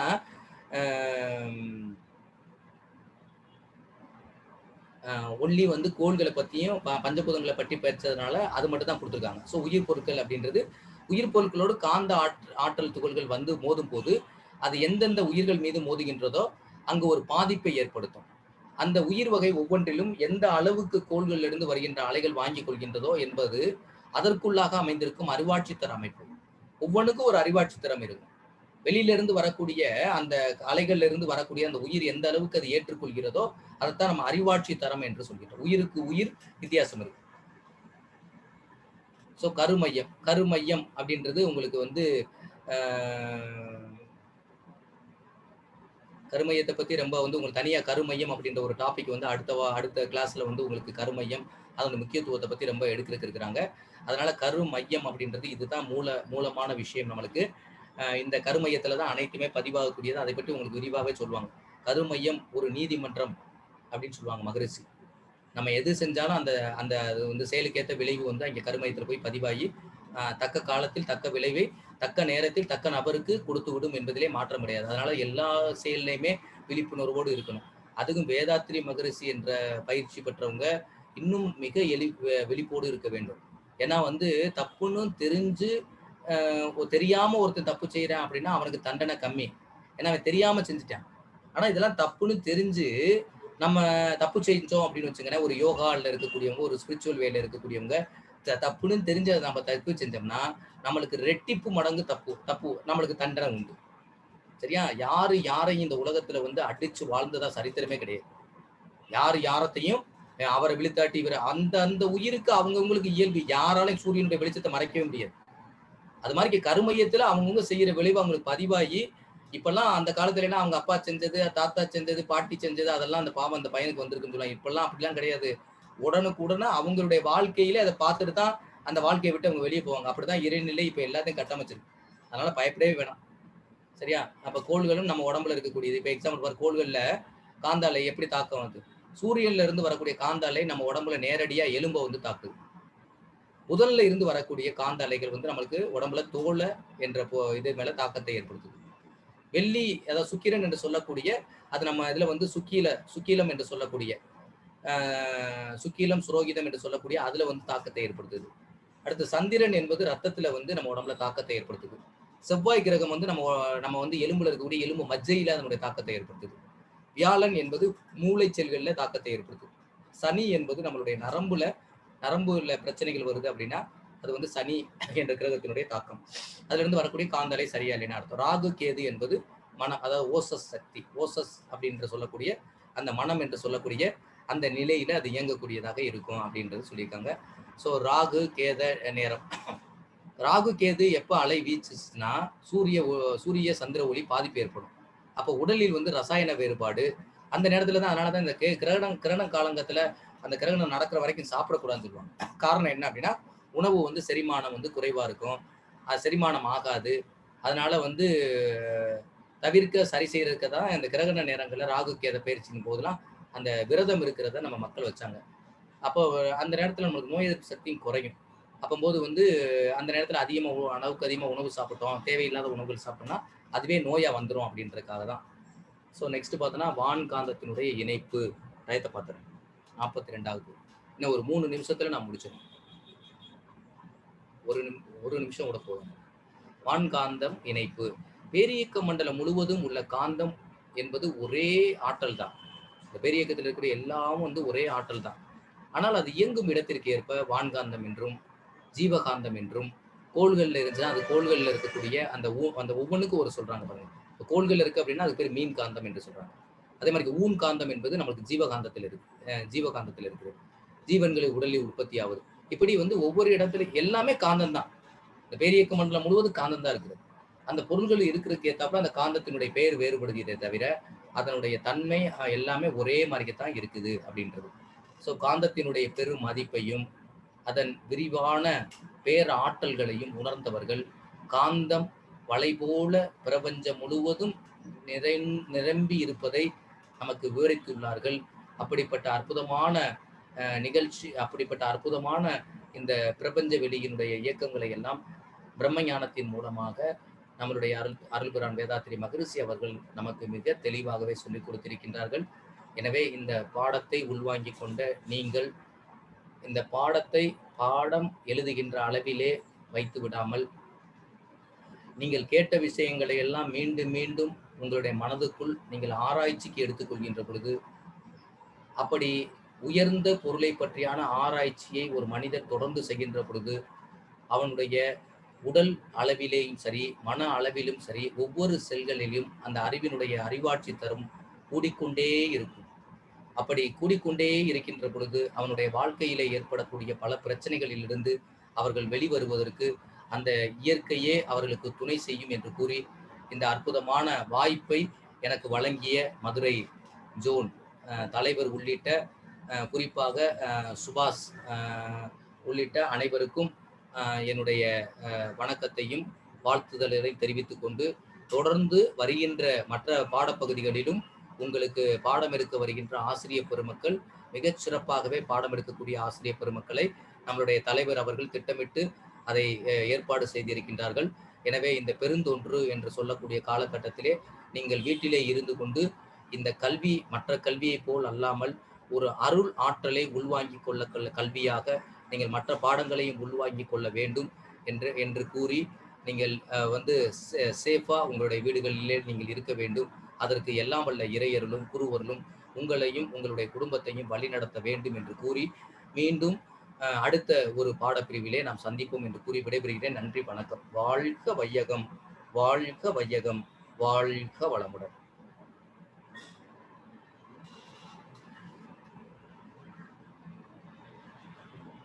நன்றிங்க, வாழ்க வளமுடன்.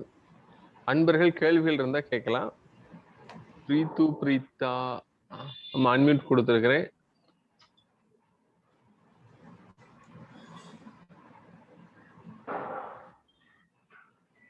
அம்மா அன்மியூட் கொடுத்துருக்கிறேங்கம்மா, அன்மியூட் பண்ணி பேசுங்கம்மா.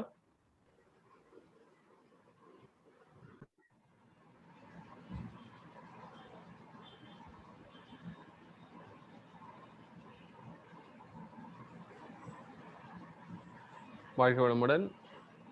வேற அன்பர்கள் வேற ஏதாவது கேள்விகள் இருந்தா கேட்கலாங்க. ஐயா, நீருக்கு பிரிசிஷன் கிடையாதுங்களா? என்னமா? நீருக்கு பிரிசிஷன் கிடையாதா? பேட்டர்ன் பிரிசிஷன் எல்லா பொருளுக்குமே பேட்டர்ன். அது வந்து ஒரு உயிரிலி பொருள் தான். நீர் என்பது ஒரு உயிரிலி பொருள். உயிரிலி பொருள் என்று சொல்லக்கூடிய இந்த பஞ்சபூதங்கள் என்று சொல்லக்கூடிய எதுவாக இருக்கட்டும், இல்லை எந்த தோற்ற பொருட்களாக இருக்கட்டும், அத்துணை உயிரிலி பொருள்களுக்குமே பேட்டர்ன், பிரிசிஷன் அண்ட் ரெகுலாரிட்டி இருக்கு. அதுல மாற்றம் இல்லை. நெக்ஸ்ட் வேற ஏதாவது டவுட் இருக்காமா? நன்றி ஐயா, வாழ்க வளமுடன். வாழ்க வளமுடன், வாழ்க வளமுடன். வேற அன்பர்கள் கேள்விகள்?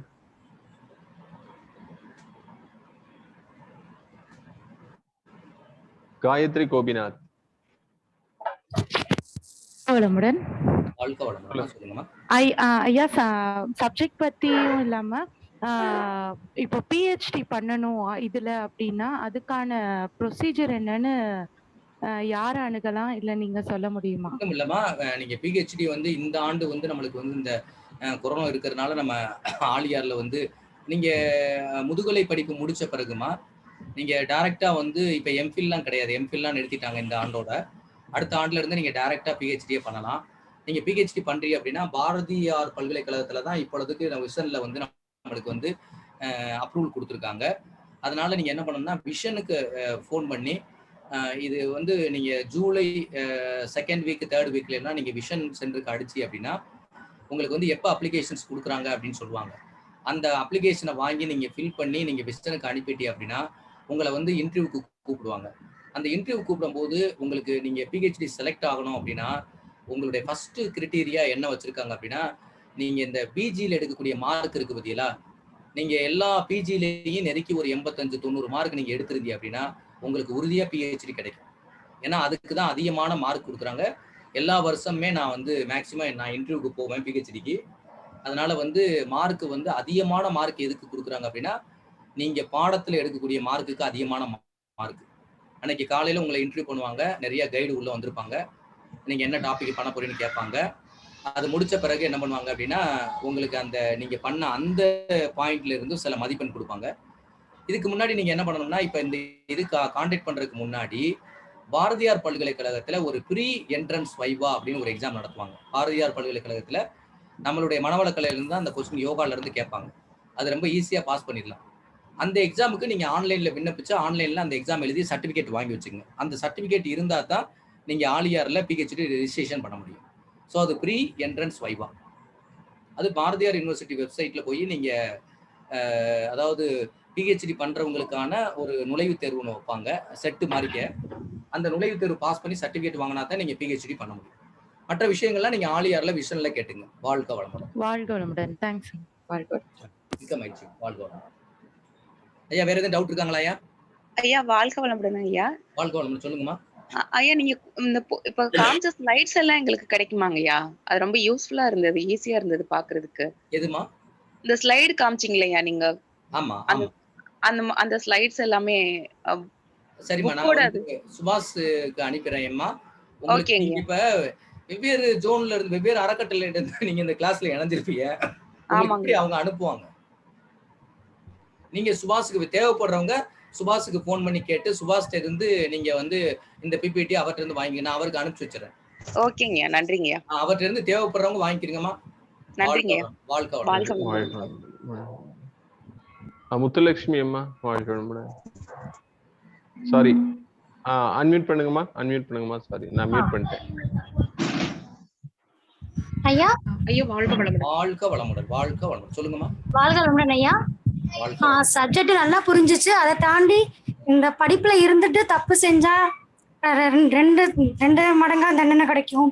நிலத்துல வந்து இந்த பிளாஸ்டிக் எல்லாம் போடக்கூடாதுன்றது அப்படி மனசுல ரொம்ப நல்லா பதிஞ்சிச்சு சார்.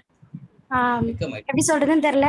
ஆனா வீட்டுல குழந்தைங்க எல்லாம் வச்சுட்டு படிக்கணும்னு ஆசையா தான் இருக்கு. புக்கை எடுத்தா நிறைய வேலை வந்துருது. பிள்ளைங்களை பார்க்க வேண்டியதா இருக்கு, வீட்டுக்காரங்களை பார்க்க வேண்டியதா இருக்கு. எக்ஸாம் நினைச்சா ரொம்ப பயமா இருக்கு சார். அதுக்கு ஏதாவது நீங்க சொல்லுங்க. எங்களுக்கு எப்ப எக்ஸாம் இருக்கும்? எக்ஸாம்ல நீங்க ஒண்ணுமே பயப்படாதீங்க.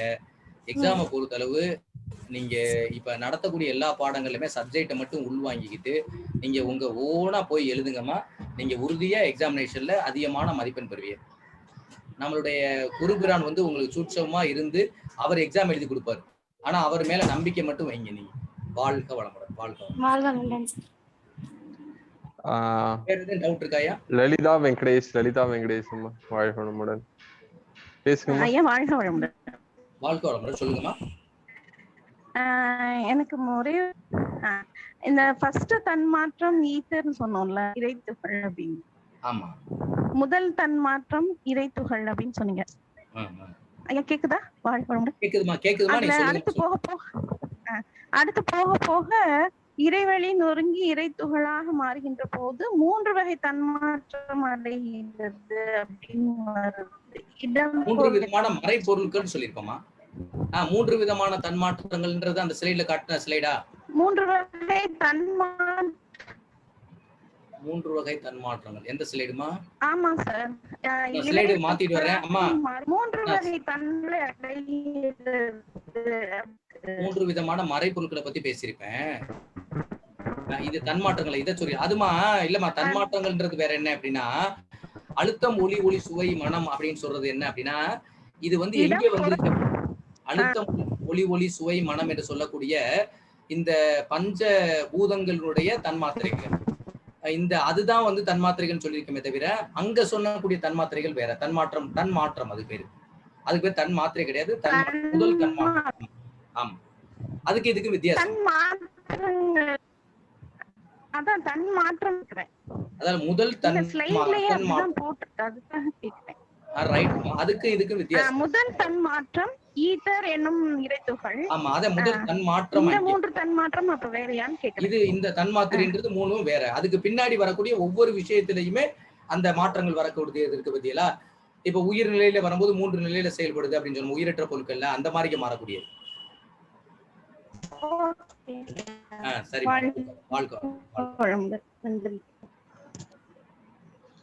Rekha Govindan unmute பண்ணுங்கம்மா.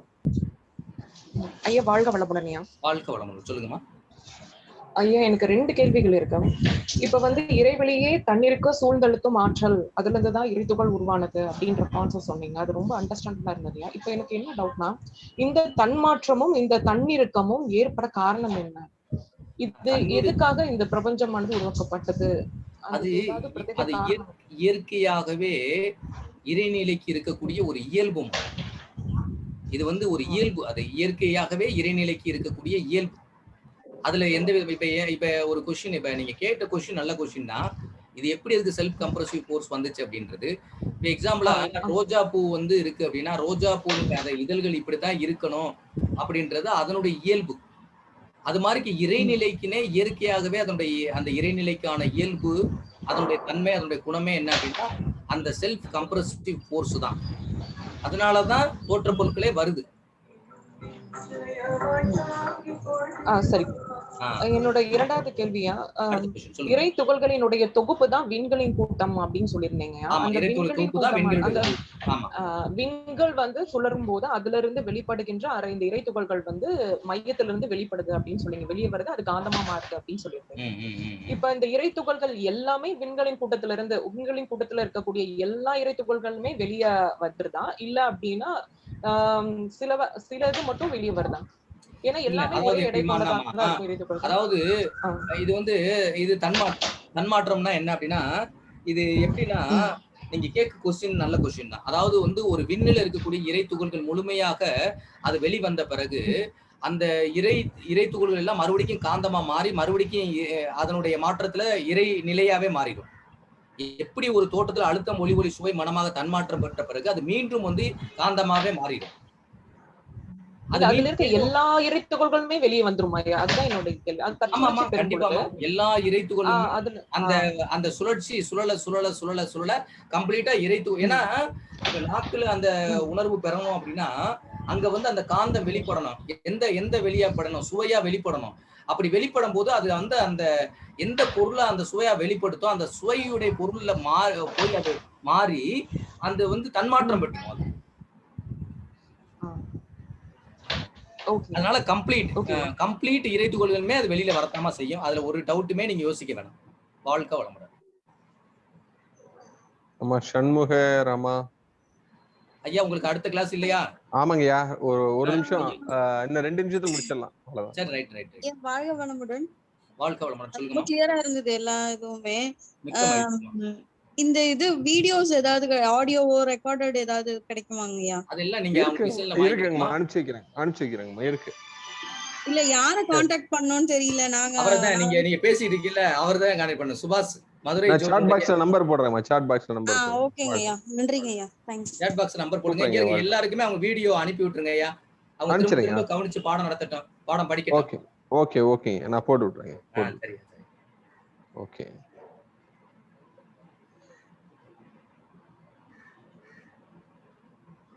Right, close பண்ணிடுவோம் ஐயா. ஐயா வாழ்த்து மட்டும். அம்மா செல்வராணியம்மா.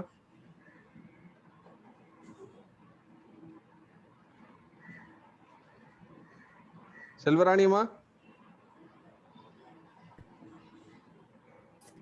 வாழ்க வளமுடன். வாழ்க கேக்குதா சார்? வளமுடன். வாழ்க வளமுடன். வாழ்க வளமுடன். வாழ்க வளமுடன். மிக்க மகிழ்ச்சியம்மா. சார் மிக்க நன்றி. ரொம்ப மிக மிக அருமையாக 2 மணி நேரமாக நம்ம மதுரை மண்டலத்தைச் சேர்ந்த அனைத்து எம்எஸ்சி செகண்ட் இயர் ஸ்டூடெண்ட்ஸுக்கும் அட்வான்ஸ் டிப்ளமோ ஸ்டூடெண்ட்ஸ்க்கும் மிக அருமையாக பாடம் இருந்ததுங்க சார். இறைஞானம் முழுமை பெறும். நாங்களும் அதை ரீகால் பண்ணிக்கிட்டோம் எம்ஏ செகண்ட் இயரை. வாழ்க வளமுடன். அன்பர்கள் அனைவரும் வாழ்க வளமுடனுங்க. அன்பர்கள் அனைவரும் ஐயாவை வாழ்த்தலாம். எல்லோரும் துரிய நிலைக்கு வரலாம். கடந்த 2 மணி நேரமாக இறைஞானமும் முழுமை பெறும் என்ற பாடத்திட்டத்திலிருந்து நமக்கு மிக சிறப்பாக பாடம் நடத்திய பேராசிரியர் முனைவர் எஸ் பிரசாத் ஐயா அவர்களை வாழ்த்துவோம். பேராசிரியர் முனைவர் எஸ் பிரசாத் ஐயா அவர்கள் வாழ்க வளமுடன். அவரது உடல் நலம் வாழ்க வளமுடன். அவரது அன்பு குடும்பம் வாழ்க வளமுடன். அவர்களது ஆன்மீக மேம்பாடு வாழ்க வளமுடன். வாழ்க வளமுடன். நேற்று நமக்கெல்லாம் நம்முடைய மதுரை மண்டலத்தின் இணையதள இந்த எம்எஸ்சி செகண்ட் இயர் பாட நிகழ்வை ஒருங்கிணைத்து வழங்கிய நம்முடைய மதுரை மண்டலத்தைச் சார்ந்த துணை பேராசிரியர் ராமலிங்கம் ஐயா அவர்களை வாழ்த்துவோம். துணை பேராசிரியர் KR ராமலிங்கம் ஐயா அவர்கள் வாழ்க வளமுடன். அவரது உடல் நலம் வாழ்க வளமுடன். அவரது அன்பு குடும்பத்தினர் வாழ்க வளமுடன். ஐயா அவர்களின் ஆன்மீக மேம்பாடு வாழ்க வளமுடன். இன்றைய நிகழ்வை நமக்கு தொகுத்து வழங்கிய பேராசிரியர் சுருளிக்குமரன் ஐயா அவர்களை வாழ்த்துவோம். பேராசிரியர் சுருளிக்குமரன் ஐயா அவர்கள் வாழ்க வளமுடன். அவரது உடல் நலம் வாழ்க வளமுடன். ஐயா அவர்களின் அன்பு குடும்பம் வாழ்க வளமுடன். ஐயா அவர்களின் ஆன்மீக மேம்பாடு வாழ்க வளமுடன்.